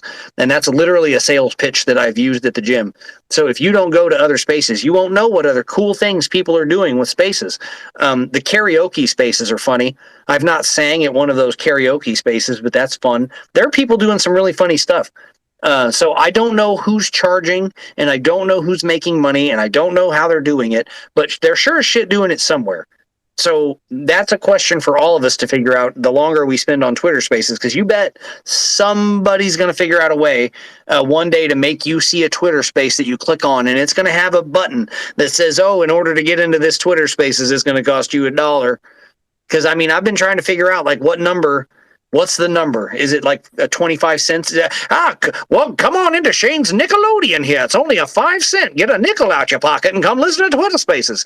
Because I don't honestly care. I don't need to make like $50 for a Twitter Spaces. But what if I could get you guys all to pay a nickel, but then 100 people shows up? What's 100 nickels? Well, it's 100 more nickels than I had for sitting here yelling at my phone for free. So I wonder where the barrier is for paid Twitter Spaces. And that's my paid Twitter Spaces rant. Thanks for coming to my TED Talk. Well, I think the most important part of it is you would have to sell yourself first before you can sell it to others. Right. So when it comes down to it, so for example, you have people that do motivational speaking, just certain tutorials, or who knows, maybe there'll be a video Twitter in the future and strippers will get on, you pay for it to get down that way. I don't know. But, that's kind of when it comes down to it, was that if you have something that's going to benefit somebody, that's going to either increase their mind or their pockets for them to come into your Twitter space and pay that $250 or whatever it is to come into that Twitter space, because it's going to benefit them, whether financially, physically, mentally, one way or the other. That's the only way I can see it. Yep. My biggest issue is that value creation ahead of time. Like, I don't think I would ever expect anyone to jump into a Twitter space that someone just opened. But imagine scheduling one ahead of time. Like, oh, hey, next week we're doing a live acoustic session with the Foo Fighters. And they're going to be playing, 5 of their greatest hits over the course of an hour. And it's 25 people limited to the Twitter spaces. It's $50 a person, and it's an AMA. So, yeah, I could probably fill that up. There you go. Yeah. Right? Yeah. I could fill that up. That wouldn't be a problem. But that's a completely different scenario than someone like me or Crypto Camel or 2% or Crypto Talks Daily, who I think all aspire to be somebody. And that's not a bad thing, gentlemen, by the way, to say that. How do you do that? How do you do that in a meaningful way if you're not the Foo Fighters? How do you bridge that gap? And that's, I wish I could even have a Twitter Spaces about monetizing Twitter Spaces one day, maybe, and get a different set of guests. Not that you guys aren't a good set of guests, but I wish we knew who to ask. Like, I wish we had a panel of people that were making money on Twitter Spaces that we could bring in here, and they've been like, oh, this is why my guests come. So that might be a long-term thing for us to think about, is if you see somebody that's making money on Spaces, send them a message and say, hey, I got a guy that's, interested in talking about that one day or whatever. because I am curious. I've come up with ways. I've literally spent hours thinking about this, you guys. I get paid to be on Twitter. This is not the only thing. Some of you guys know this. This is not my only Twitter account. I literally get paid to run a Twitter account. So I sat and tried to figure out what would make someone pay to be on Twitter. And obviously I can come up with music or like special guests like, stay tuned, Star Trek fans, because next week Sir Patrick Stewart is coming in to answer your questions. And we're going to have special guests all week leading up to it, and then suddenly you pay, $25 a person to be one of 100 people in the audience. And you're guaranteed one question. Maybe he's answering 100 fan questions, or something like that. That's going to be worth money. But Let me ask you this. What if it was a space, it's a coaching space on how to run a paid Twitter space and increase your volume and audience in a paid Twitter space? Would you pay to go to that? That's a tough question, and I would say right off the top of the bat, it would take a lot of research for me to determine who was doing it. So, like, if I just scrolled across one, and it was open and running, and it cost money to go into, someone that's successful and has been doing it and is doing it and he's making money. If it was scheduled ahead of time, and it was something that like they had like you were mentioning, if they had done a promo video. Like, hey, everybody, join me next week. I'm doing a live Twitter Spaces, and we're going to go over, the 5 ways I drive successful traffic to my Twitter and convert it into paying attendance to my Twitter Spaces. We'll be on Twitter Spaces live to talk about it or whatever. I might look into it. I've hired business coaching before for the gym, for the fitness stuff. I'm not afraid to hire out or go find videos or find a mentor when it comes to that type of stuff. But the Twitter bridge would be harder to cross because I'm going to want to go back to their account. I'm going to want to see how many followers they have and whether or not that even matters. Like, I'm not going to be able to do that space. Even if you guys think what I do is good, people are going to look at my follower count and they're going to tell me to get the fuck out of there. Because if you don't have even, 25,000 followers on Twitter, you ain't shit when it comes to telling people how to get followers. Yeah, so, exactly. So I know for the people that already have, a presence and a following in a way. Sure. You know what I mean? No, it is. But you need to be like a Tony Robbins level, success story in order to get people to show up just on your name. Like Gary V could do that shit, right? Yep. Right, but not Gary Me. LOL. Go ahead, Crypto Talks Daily. Nah, like it's a good conversation. So like I have like 2 ideas. Like one idea would be like maybe if there's like also it's complicated because it could end up being like a rug, but let's say there's an interesting coin has like an interesting like idea behind it. Maybe like they could pay you to do a space, something like that. Um, and I think you kind of like gone that route before, but obviously we're still early. Like obviously in time we're gonna have like more influence, whatever. But that's one idea, and then another idea is and if Elon Musk does end up buying Twitter, they should do a like a monetization tool, like for example YouTube, just for like views. They pay you, so maybe with Twitter Spaces, depending like how many people go, you get monetized. Like I don't know, Well, I like something that. like that. I That'd like be that. great. That That'd would be a be good great. idea. That really would be a good idea. But yeah, let's see. I mean, he has tweeted like that he has like ideas, to monetize Twitter better. So yeah, let's see. Or But yeah, maybe just run a Twitter space and say, hey, I'm just gonna collect $5 from everybody, and then half the pool is just gonna go for one person in this Twitter space, and it's a paid Twitter space. Let's see how much Sure. people we can get on here. Raffle spaces. There you go. that's not a bad idea. Right? That I feel like here's you want to know.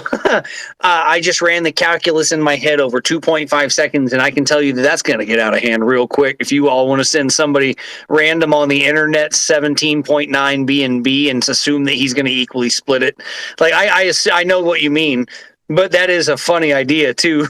That someone I believe that amongst some of you in here, I might have built up enough trust that if I just said, here's a goddamn address, send a bunch of BNB to it, and I'm going to equally split it up. I honestly think a lot of you in here would trust me to do that. But wowee, what a crazy thing to do if you've never been to that space before.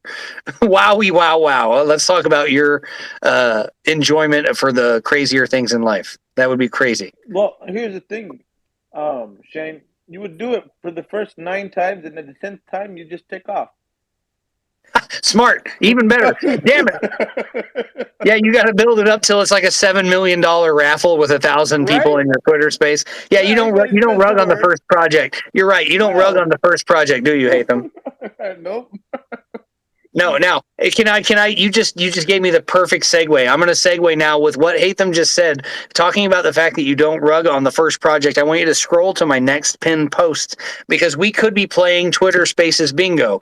If you look up there is a pinned post up there tonight, and the Team Pulse graphics department had made up a Let's Play Rug Bingo, and I adapted that to a different version, which was Let's Play Twitter Spaces Bingo. You made me think of the Rug Bingo when you said that you don't rug on the first one, because there's like 3 or 4 different spots on the rug chart where it's like whoopsies rug and oops v2 rug and all the rugs that lead to the final rug, like where you finally go Super Saiyan rug and pull all the liquidity and disappear.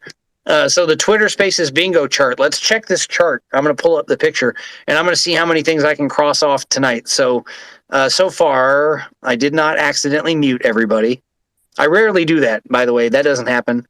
No positive vibes, no subtle shills.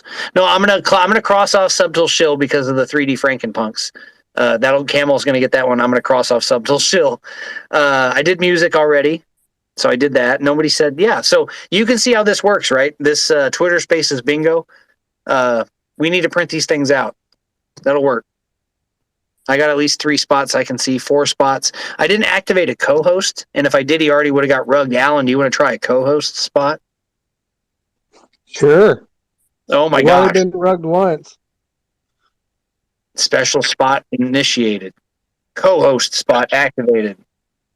Whoa. Let's see if it ruined your audio. I have the power. That's great. Cool. And he's So rugged. No. Rugged right away, right? Damn it.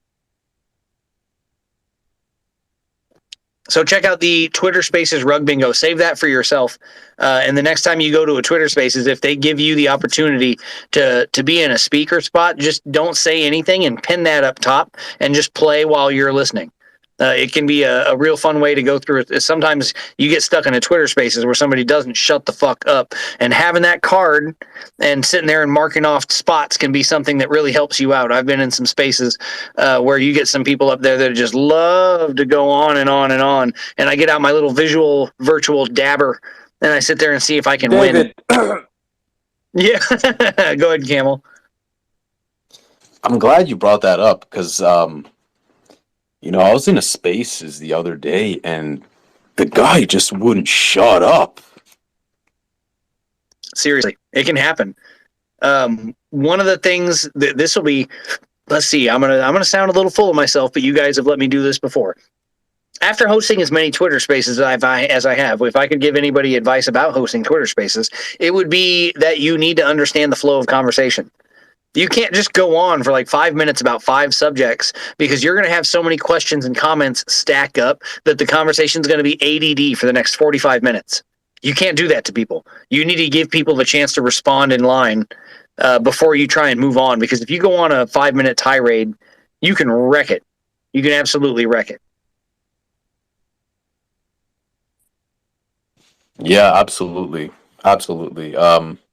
I think some people just get so excited that they have the microphone and forget like There's 2 things. reading the room and like just trying to be optimal, Keep going. You're right. It's 2 things. There are some people, and you can hear it. I know you guys have heard this before, where somebody gets the microphone and you can tell it's just maybe their first time in a Twitter Spaces or speaking publicly, or maybe they fanboy about who they're talking to, and it does. They just get super excited. The other one, and you tell me if you could hear this one, is the host who can't stand silence.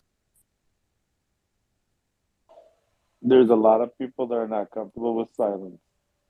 And in a Twitter space, if you don't know how to use the silence effectively, you won't ever be able to make your point. So some people don't shut the fuck up because they think if they shut up at all, no one else is going to chime in, or that they're not going to be able to count on their speakers or their co-hosts. So I've been in spaces that are both like that. Silence is really important. I think a lot of people are uncomfortable with looking inwards, and silence makes you look inwards. And often when you have issues is because of your innerverse, and you need to look inside. And That is true. Beauty That's is why we have 2 ears inside. and 1 mouth. Absolutely. Yeah, really The good mouth. point. We need to The listen. mouth. Go ahead. Go ahead, Crypto. No, you made a good point, like 2 ears and 1 mouth is that often we need to listen more than we need to speak. And so it's a good point. It's a good Yeah, point. and believe it or not, a lot of people don't notice that the tongue has 2 gates. It has your teeth and your lips. So to protect what you say, and if you protect what comes out of the mouth, if you guard what's between the lips and what's between the legs, you'll do a good in life. That's good advice. That's absolutely good advice.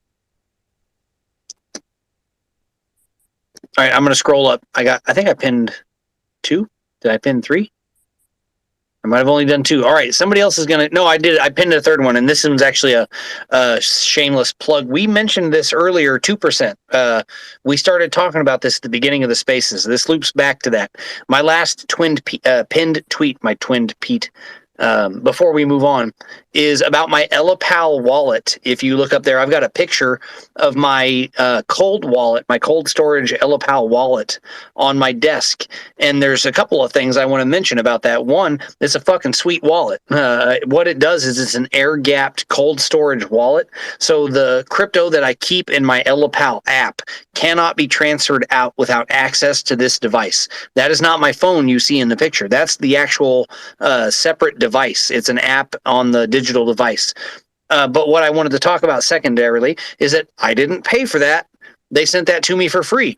And I got that for being some sort of an influencer or some sort of a popular guy on the internet who talks about digital DeFi Web3 products. And any one of you in the space could get one too, because you don't have to be special to be an influencer. You just have to be willing to say the right thing and fill out a form sometimes. Ellipal actually just emailed me cold. I have no idea where they heard about me, but they emailed me. But what I found was they have an influencer affiliate on their website, and you can fill out that affiliate form, and they are very likely to send you that same $150 titanium cold wallet if you'd like to try one for yourself. And all you're going to have to do is promise them pretty please in an email that you are very good at talking about DeFi Web3 products on the internet, and that you will either take photos, tweet, or make a YouTube video about it, all of which you can see I am doing that. It is not hard to do those things. So if you'd like to get one for yourself, you could probably do that. And the reason I'm bringing that up thirdly is because I didn't pay for that, which means that's technically an advertisement, which is what we talked about at the beginning of the spaces, wasn't it? 2%. Yeah, that is. That's awesome. I'll fill that out as well. So if you go to Ellipal's website, they have an affiliate thing. It's pretty easy to find. But you might as well try it, and you can just tell them, I'm LaRose Digital Marketing, and I fucking rock at telling people about crypto things, and they all trust me because I'm reliable, and I will talk about your product on the internet / I love you, Matt. Yeah, I'll make sure to put on the application that I fucking rock. Do it. That I would strongly suggest that you tell them that multiple people have said that recently. The idea behind this thing is that it allows you to store your So crypto. you're not lying. Cool. You rock. You rock. You do fucking rock. Love you, bro. So check it out. And the reason I disclose that is because that's one of those things that for those of you that weren't here in the beginning, we were having a small conversation about the need to disclose the things that are advertisements or these celebrities needing to do a better job. So I might not be Matt Damon yet, but I do want to make sure that when I post something that is absolutely an advertisement, that I disclose that. And the Elapal thing stands out to me as a clear advertisement because they straight up cold emailed me.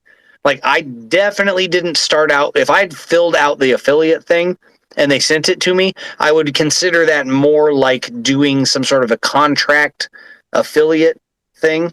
But since they emailed me, I consider that like a cold advertisement because I wouldn't know what the hell they were if they didn't reach out and say, hey, we're going to give you some shit if you talk about us. So if you fill out the affiliate form and they send you one, I'd say it's up to you morally to decide whether or not that's an advertisement or if you're just trying to, you know, do your affiliate duty. And I did share my affiliate link in my personal Telegram. Side note, I have a personal crypto Telegram, and if you're interested, you can DM me. And I shared it. So if you buy with my affiliate link, I think I make a few bucks or whatever. And that's what being an affiliate means. Go ahead, Deckard. So are you saying that you're exhibiting transparency in the DeFi space? How dare I? I'm shocked. Well, and you know, that's I think that's how you get more advertisements, right? Like, it's easier to do that. Like, I'm not afraid to go, but here's the thing, I did look into it. You know, if it was a piece of shit, that's the dangerous part, is if anybody actually looked into me. I don't feel like people are researching me before they contact me. And one of the problems is somebody is going to send me a piece of shit one day, and I'm going to do a whole YouTube video about what a hot piece of shit they sent me. And it's either going to send my stocks to the moon and you guys are all going to be there with me when I finally make it, or I'm never going to get into the advertising deal again because I didn't kiss the right person's ass. And we're going to be here for the ride one way or another. Because I tell you what, can you guys want some cool news? Can I share some cool news since we're like 15 minutes to go? Last week, Alan's the only one that knows this besides me. And if this happens, if it goes through, I'm going to laugh. I filled out my documents last week and signed my contract to be an affiliate for Aspen Financial Management Financial Advisors. It's a company that does financial advising, and they contacted me cold. This was not something I applied for, and they said, hey, we want you to do a cryptocurrency advising position, and we think you'd be a good fit. And I tried to convince them very hard that that was not true, and that I was not qualified to do what they were asking me to do because it sounds like a dumbass idea because I don't have any kind of a certification or anything in financial advising. But what they're looking for is not a financial advisor. They're looking for someone to talk about crypto, and that's my wheelhouse. So I'm super excited to do whatever the fuck they're asking me to do. And the funny thing about that is, the reason I bring that up is I don't think they know who I am at all. I don't think they've done any amount. I don't think they DYOR at all. And I think they might be in for either a fantastic surprise or a terrible shock when they figure this out. I hate them. They're gonna be in for a quick shock. Either it's gonna be shocking good or shocking bad. Well, I had a conversation with the girl earlier that was the initial contact for me, and she was asking me something about the crypto market, and I think my response blew her away because it was like intelligent, articulate, and up to that point, I had been pretty short with all my responses because I never felt any reason to explain anything.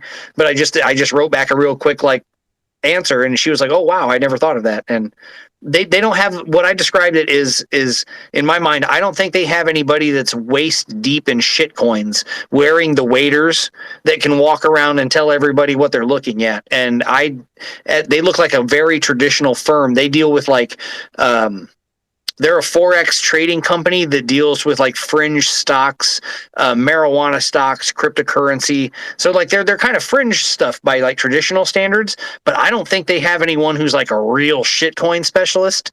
And maybe that's why they reached out to me, but I still haven't been able to figure it out. It's literally a mystery, you guys. It's been the weirdest thing because the communication's been wacky for the last 2 weeks.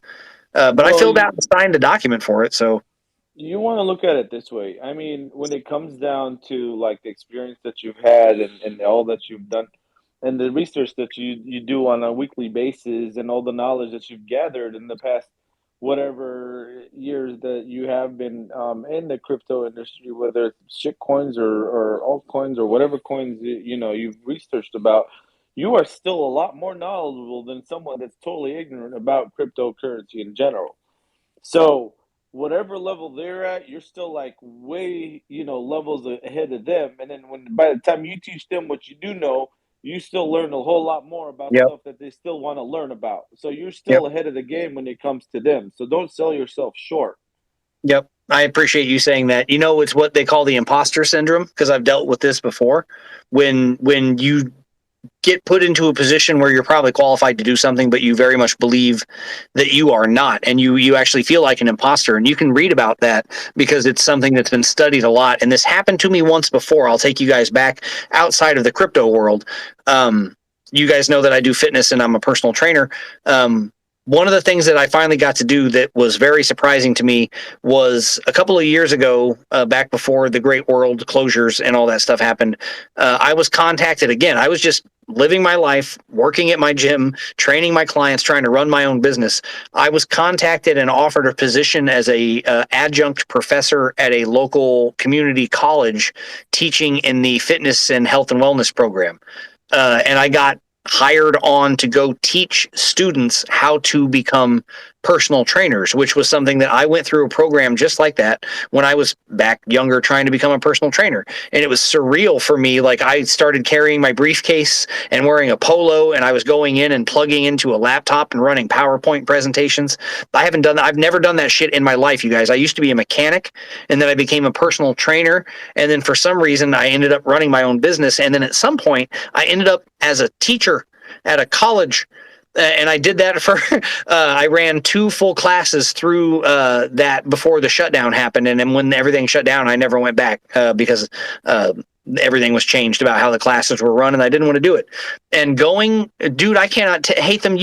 Like Alan and hate them. You guys know, Camel, that have known me for so long.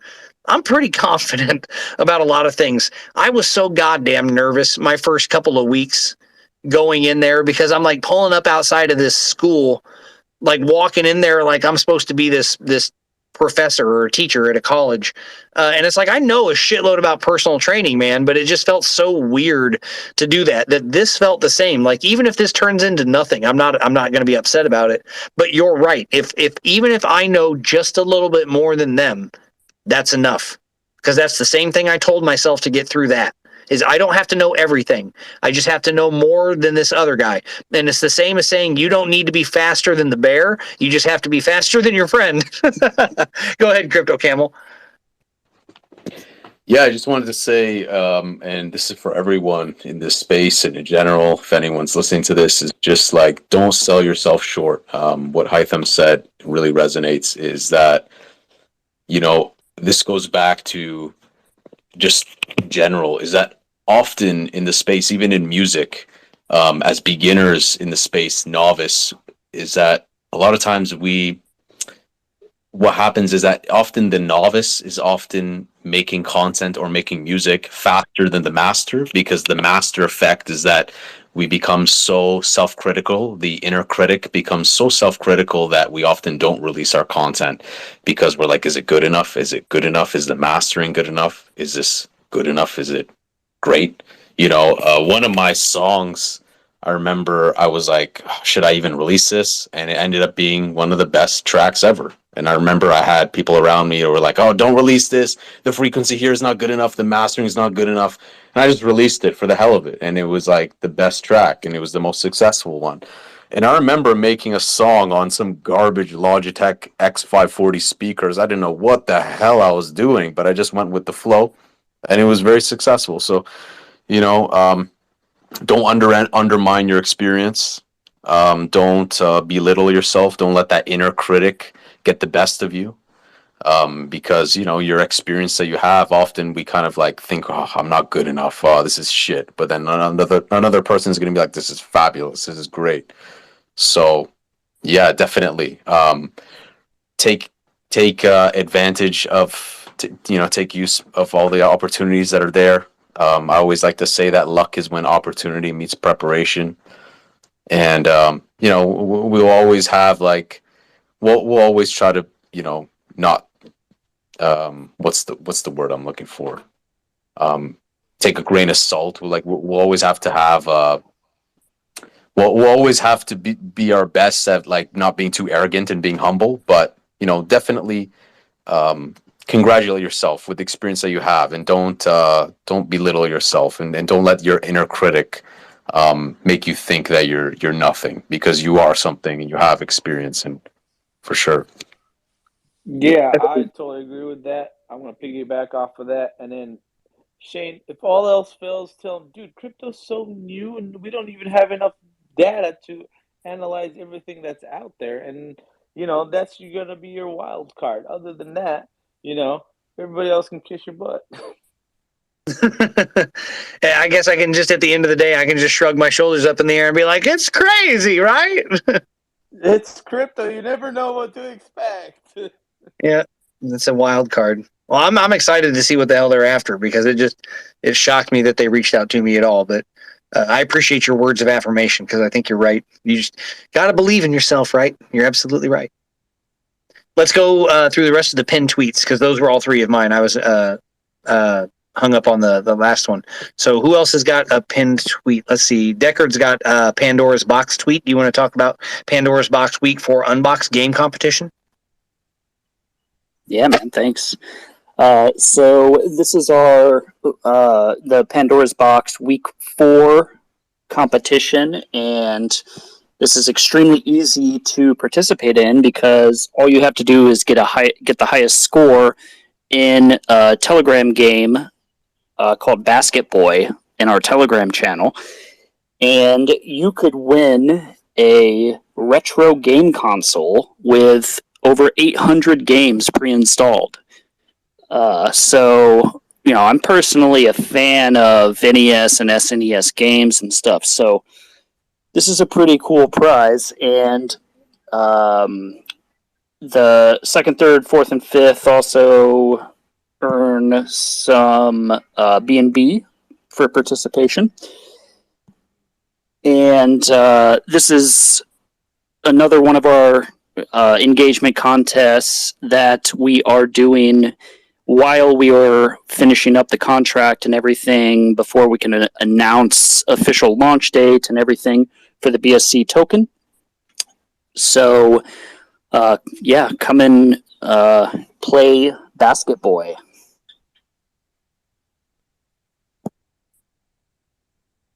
Sorry, I disappeared. I was over there joining the Telegram and looking at the game.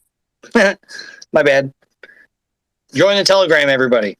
And I noticed, can I ask you a question? I noticed you have CC Tipbot in your Telegram. Oh, yeah, we love CC Tipbot. Awesome. I'm glad to hear you guys are using that. So, have you reached out to them ahead of time? Can you pre-list with them? Have you done that? We have not attempted that yet. Definitely going to look into it when we have an official launch date, though. Okay. They're very friendly and easy to work with. Nice. Yeah, I've listed like 4 projects with them. Nice. Yeah, that'll be a breeze. I love that bot. It makes things fun. Do you have the app on your phone, right? Yeah. Are you using it on Twitter? I have not personally run any contests on Twitter.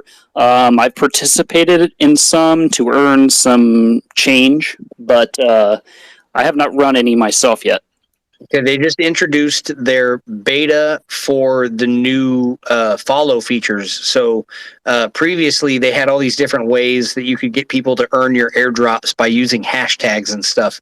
But what you couldn't do was create a very specific, like, follow me or follow this account and follow these instructions. Like, they have a very intense menu now in the Twitter menu that you can create a very specific type of airdrop that requires them to do any number of things, and it lasts whatever time frame you want, and then it manually distributes or automatically distributes the airdrop. It's very robust. When I logged in and saw it, I was super excited, because not only was it's a great update, but just that they're developing like that in a time where a lot of people are probably checking out, that they had new features was super cool. So if you're not using it on Twitter, that follow feature I'm going to work on using more. Shout out CC Tip. If they ever head to Twitter, which I've never seen them on Twitter, which is lazy. You have another one shared from Degen Apes in the Wild. What's this? So this is a new Twitter account that a friend of mine just started that is documenting Degen ape culture and psychology in real time. So it's kind of like Degens posting their L's kind of account, but it's also a psychological research experiment in teaching Degen crypto psychology, and it's also funny. Well, that there's that cell too, right? That's good. I'll have to go up and follow that one too. Degen Apes in the Wild. I'm scrolling. My phone lost. Sometimes it kicks me out of the pinned tweets. I don't know if you guys ever get locked out of the pinned tweets, but I just Yeah. I just kind of like open and go back and usually reappears. So Crypto Camel has a pinned tweet. It's the Pulley Runner V2 video. What's Pulley Runner, Crypto Camel? Yes, Pulley Runner is pretty Polish, I gotta say. So, long story short, check it out. iOS, Android Play Store. You can jump into it for free. Very cool, unique game that's kind of like remixed off of Temple Runner. If you guys ever remember Temple Runner, and we have updated it. It's changing rapidly, and we're implementing play to earn. You get to play as your Pulley NFT. And what's Pulley? Well, Pulley is a breath of fresh air on the Binance Smart Chain. We are doing staking, NFTs, gaming. We're pretty much like a gaming studio, and we got a lot of unique stuff around the corner. I'm not going to bore you with a lot of the long talking and whatnot, but come check us out on the socials. Come check us out on Telegram. And we're pretty much just like doing gaming, staking, variety of stuff. We're going to be attending Consensus 2022 in Austin, Texas very soon. So very exciting stuff. We're going to meet each other in person? Yes, so myself, Alan, Shane, Crypto Pulse, MLS, Mr. Lightspeed, we're going to be meeting up in Austin, Texas. It's going to be great. So you're going to be able to see the camel in his full shape, full form. And it's going to be fun. It's great. I mean, the thing about Pulley that's sick is that we're not just another, excuse my French, like shitcoin on Binance Smart Chain. We have great structure. We're KYC'd up the ass. We are like, we're audited left and right. And so we're taking smart, calculated steps. We're being very strategic with our partnerships, and we're putting our pride aside. Because if there's something I've learned in this space is that, guys, be careful with crypto. It's attracting the most next level hubris and arrogance in this space because it attracts a lot of power and greed, right? So be very careful. Observe, as we saw with Do Kwon, or as I like to say, unstable Kwon, whatever the hell you want to call him. In this space, it's important that you vet and take time. And with Pulley, we're a breath of fresh air, right? I don't want to blow smoke up our arse, but we're taking calculated steps. What does that mean? Well, when we partner with projects, we don't dive in the deep end immediately. We want to make sure it's a win-win for us, for the holders, for the big investors, the small investors, for everyone involved in the space. We're going to make sure that we have meaningful partnerships so that we can benefit everyone. And I've seen projects, I'm not going to name names, but you guys know, you probably have your own experiences, where they list on an exchange and they just walk away. Well, we don't want to do that. We want to have long-term nurturing relationships. We want to have partnerships that make sense. We want to wear their brand and their name with pride. And so here at Pulley, it's that. It's Binance Smart Chain. It's, hey, let's have hype, but let's have fun, but also business aspect. What can we do with partnerships? Our game studio. So today we teased a game also, Pulley Degens, which is kind of like Paper Mario-esque, Pokemon-esque. But Pulley Runner, back to Pulley Runner, the pinned tweet is really just kind of a temple runner game that you can jump into real quick with no BS. You don't even have to make an account or anything. You can just jump right into it, download it for free, and just try it out, test it out. and we're always changing it. We're going to be adding new worlds, new maps. We have an in-game shop that you can use also. And playing as your NFT is really cool because we give immediate use case to the NFT more than just a JPEG. JPEGs are cool, and I love NFTs, but we're going to be adding utility where you can rent out your NFT, where you get tiers of earnings, so you can earn. And we're really like, this is, guys, this is like a first where this hasn't been done. Where us implementing this is really bridging the gap with like Web 2 and Web 3, where people can come into it, earn their tokens, and this really hasn't been done before. We're pretty much like, I don't want to say first, but this hasn't been done, and we're going to continue to innovate. We're going to continue to build. We're going to continue to talk about the good, the bad, and the ugly, and we're not going to shirk away from responsibility where many tokens have. We're going to continue to bring updates and to develop. And yeah, we're just going to continue, guys. We're going to continue, and we're always open for collaborations. We're always open for marketing suggestions. And that's what it's all about. And yeah.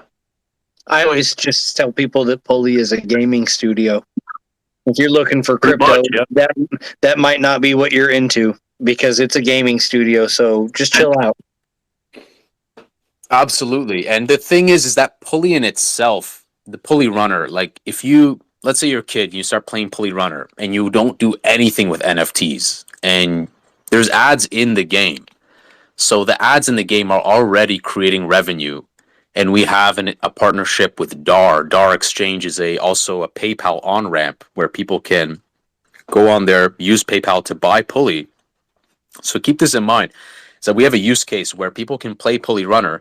We're getting ad revenue, and we can take that revenue and go on PayPal through DAR and buy Pulley tokens as a buyback, or do some marketing with it. So we're already creating a revenue structure where right now it's in its infancy, but tons of ideas, and we don't have to strictly compete with. We don't have to strictly compete with like just buying. We don't have to be like, don't take your one BNB and buy that token. Come buy Pulley token. We can just put aside all of that and just make some sick games, and also eat some of the market share from gaming and kind of target that aspect. And so it's not really limited to just like a zero sum game of like BNBs not being spent over there, come spend over here. We don't have to worry about just trade volume. So there's a lot that's on the table with Pulley, and that's something that I'm excited about. It's not just about like when moon. We're making products. Beyond that, Pulley was recently contracted to make a game for a completely separate project. Like, yeah, and the thing is like, we're getting paid completely separate from any token revenue that has anything to do with Pulley to make a game for a completely separate project. So that's a straight up business to business transaction. Yeah, and if you take away all crypto, like if no one, okay, like if someone has no idea what crypto is and they play the game that's developed by Pulley Studios, and the ad revenue is being given to us, and we get that ad revenue and we buy back tokens, like they don't even know. It's just hidden behind obscurity. And so that's great because we can just enter the space and just make games that are fun to play rather than having to focus on like, please buy token. So yeah, we're going to have a plethora of stuff, and we're going to focus on foundations that are strong. This is also why I doxed, because I was hidden. And like, I was like, should I dox? Should I not dox? And when I was introduced to Pulley token, I was like, fuck yes, yeah, let's just dox. Let's just go ahead with this. So we're not afraid, guys, to like at Pulley, come check us out. We're not afraid to jump on video calls to talk and whatnot, because we're human beings, and that's what it's all about.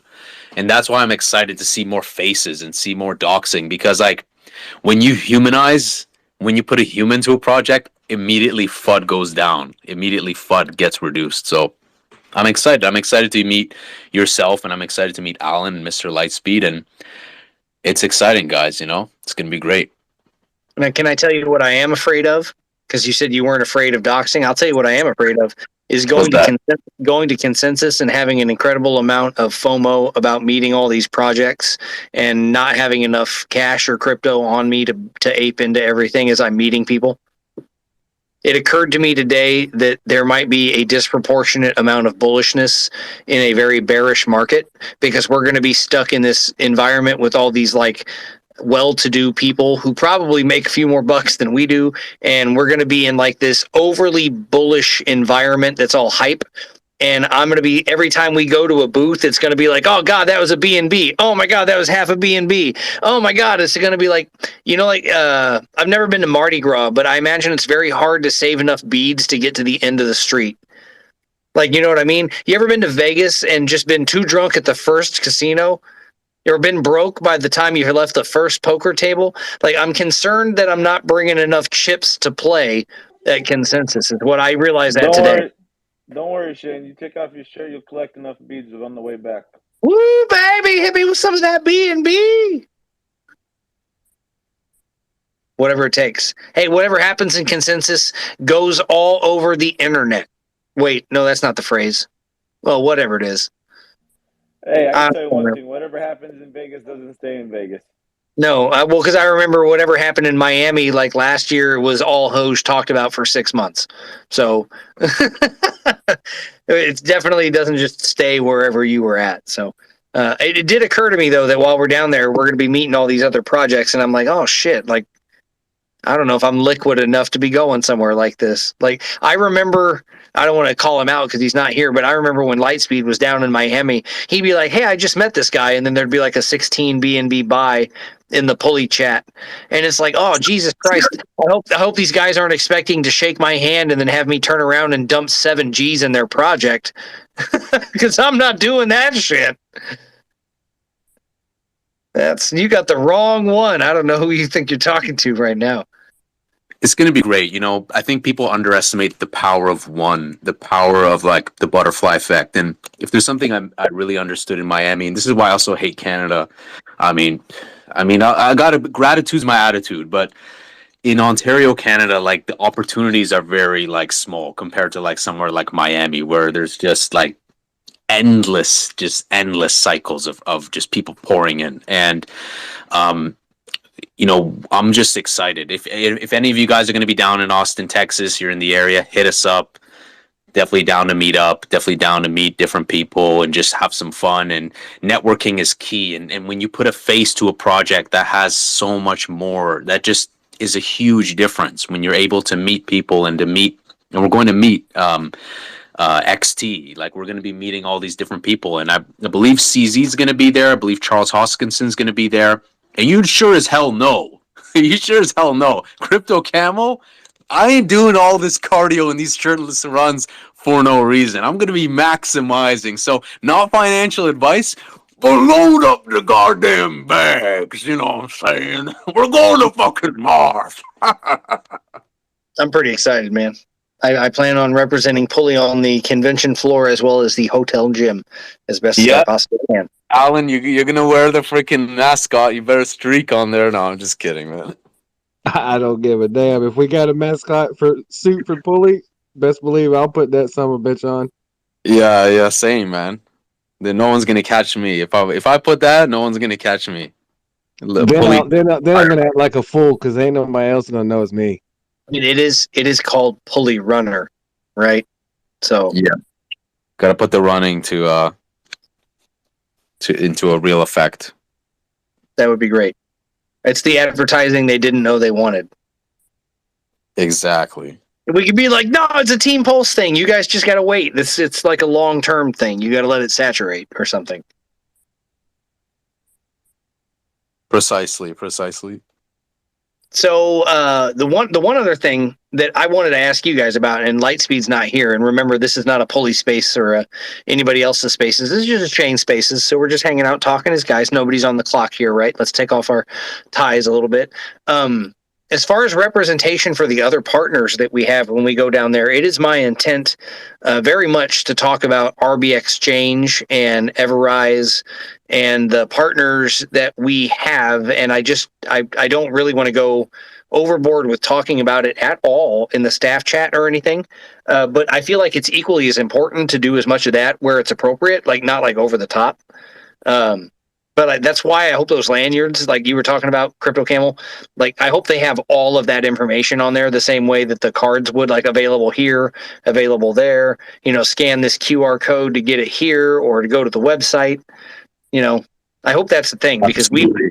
we need to have as many of those partners represented so that when it comes up in a conversation, we can say, oh, you can go here, you can get it there, or we know them, they're from here, and stuff like that. 100%. That's a big And deal. that's the key. That's the thing. Is like, hey, yeah, I'm Crypto Camel, but I'm Alexander. Like, go find me on JoinCoin. You can see that I'm KYC. You can see my face here. You can see the skill that we have. You can see, oh, cool. What's a JoinCoin? Oh, cool. Like, I want to go on JoinCoin too. And that's the thing. Is like, that's really what it's about. And I think that's what's people have to really remember when you add more. Like, think of an orchestra.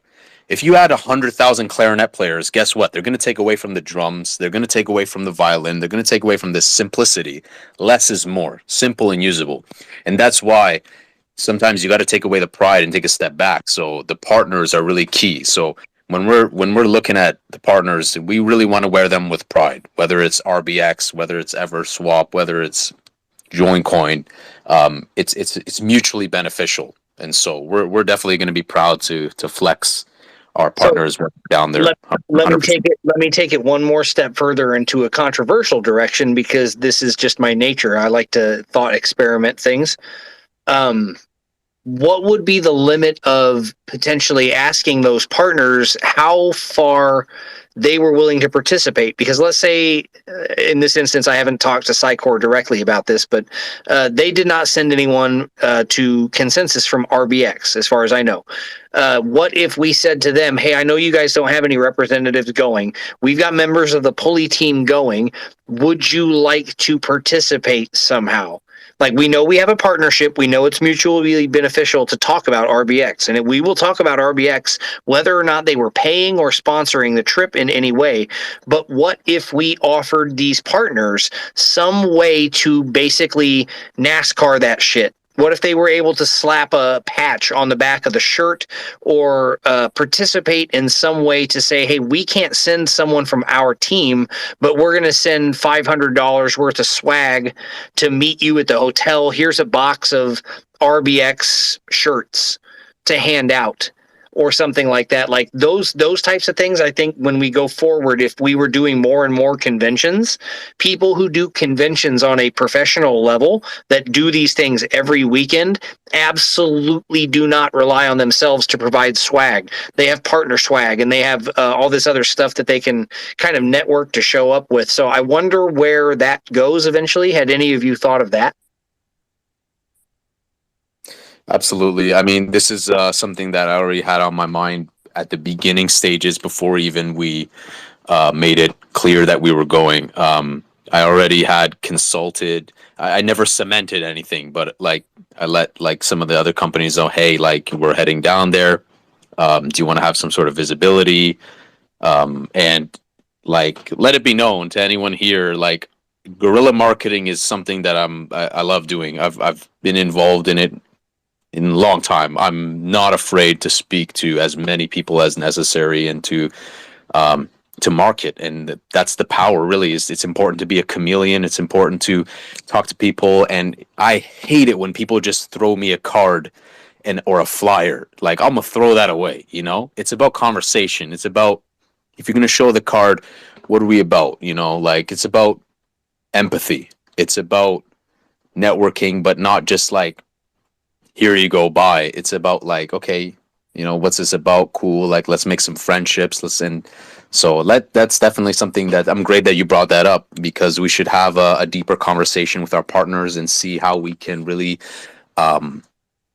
give them an edge and to really just flex it in a way that's like powerful, like whether that's like cool shirts, RBX shirts, I don't know, like you said. I mean, I'm very limited with my thinking, but there's got to be something that if we said, hey, we're going to be here, what could we do for you? Yeah. And we could kind of let that hang, and they could say, you scratch my back, I scratch yours, like the, for sure. That's a great point right there. I mean, I like to put, what I like is, and this I've always pictured this, where like, even though like, you got, let's say, 5 group, small solid projects that, have been working together or interacting together and helping each other out, where, they've been in different areas where they've mutually benefited each other, where, they go into like a marriage advertising, or like, instead of getting a booth that's like only $1,500, you can go in and get a booth that's $5,000 and a better location at a convention or something, and represent, that whole thing. And it kind of shows like how, when crypto projects get together and work together and put their project out there and helping each other, that's just like, just one of the things that I like. I have thoughts out there, and I respect it when that's done in general. Yep. Agreed. So that's something that we can follow up on. It won't work in time for this trip down there. I don't want to put all that pressure on everybody to cobble something together. But the next time there's any kind of a trip plan somewhere, I think we get out in front of that and we reach out and see who is already going, so we know who we can meet while we're there. And then anybody who isn't going, or anybody who can't make it, we figure out how we can bring them, even if it's just a cardboard cutout, whatever it takes. Absolutely. I mean, there's a lot of power in working together. I mean, in the music space, how many collaborations have we had where the other artist hasn't done anything, but he puts his name on it because of the effect, the perception. Perception's everything. Collaboration, partnership, synergy.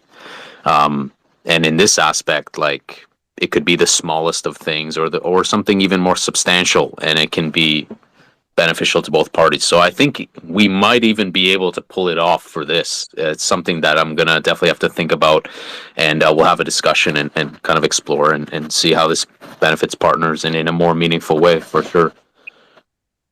All right. Well, we'll move forward with it. In the meantime, we are about 16, 17 minutes past my normal ending time, and I am about ready to get off here myself. It's time for my last meal for the evening. Does anybody have any closing remarks before we head off here? Anything else that we might have missed, or anything you need to say before we go?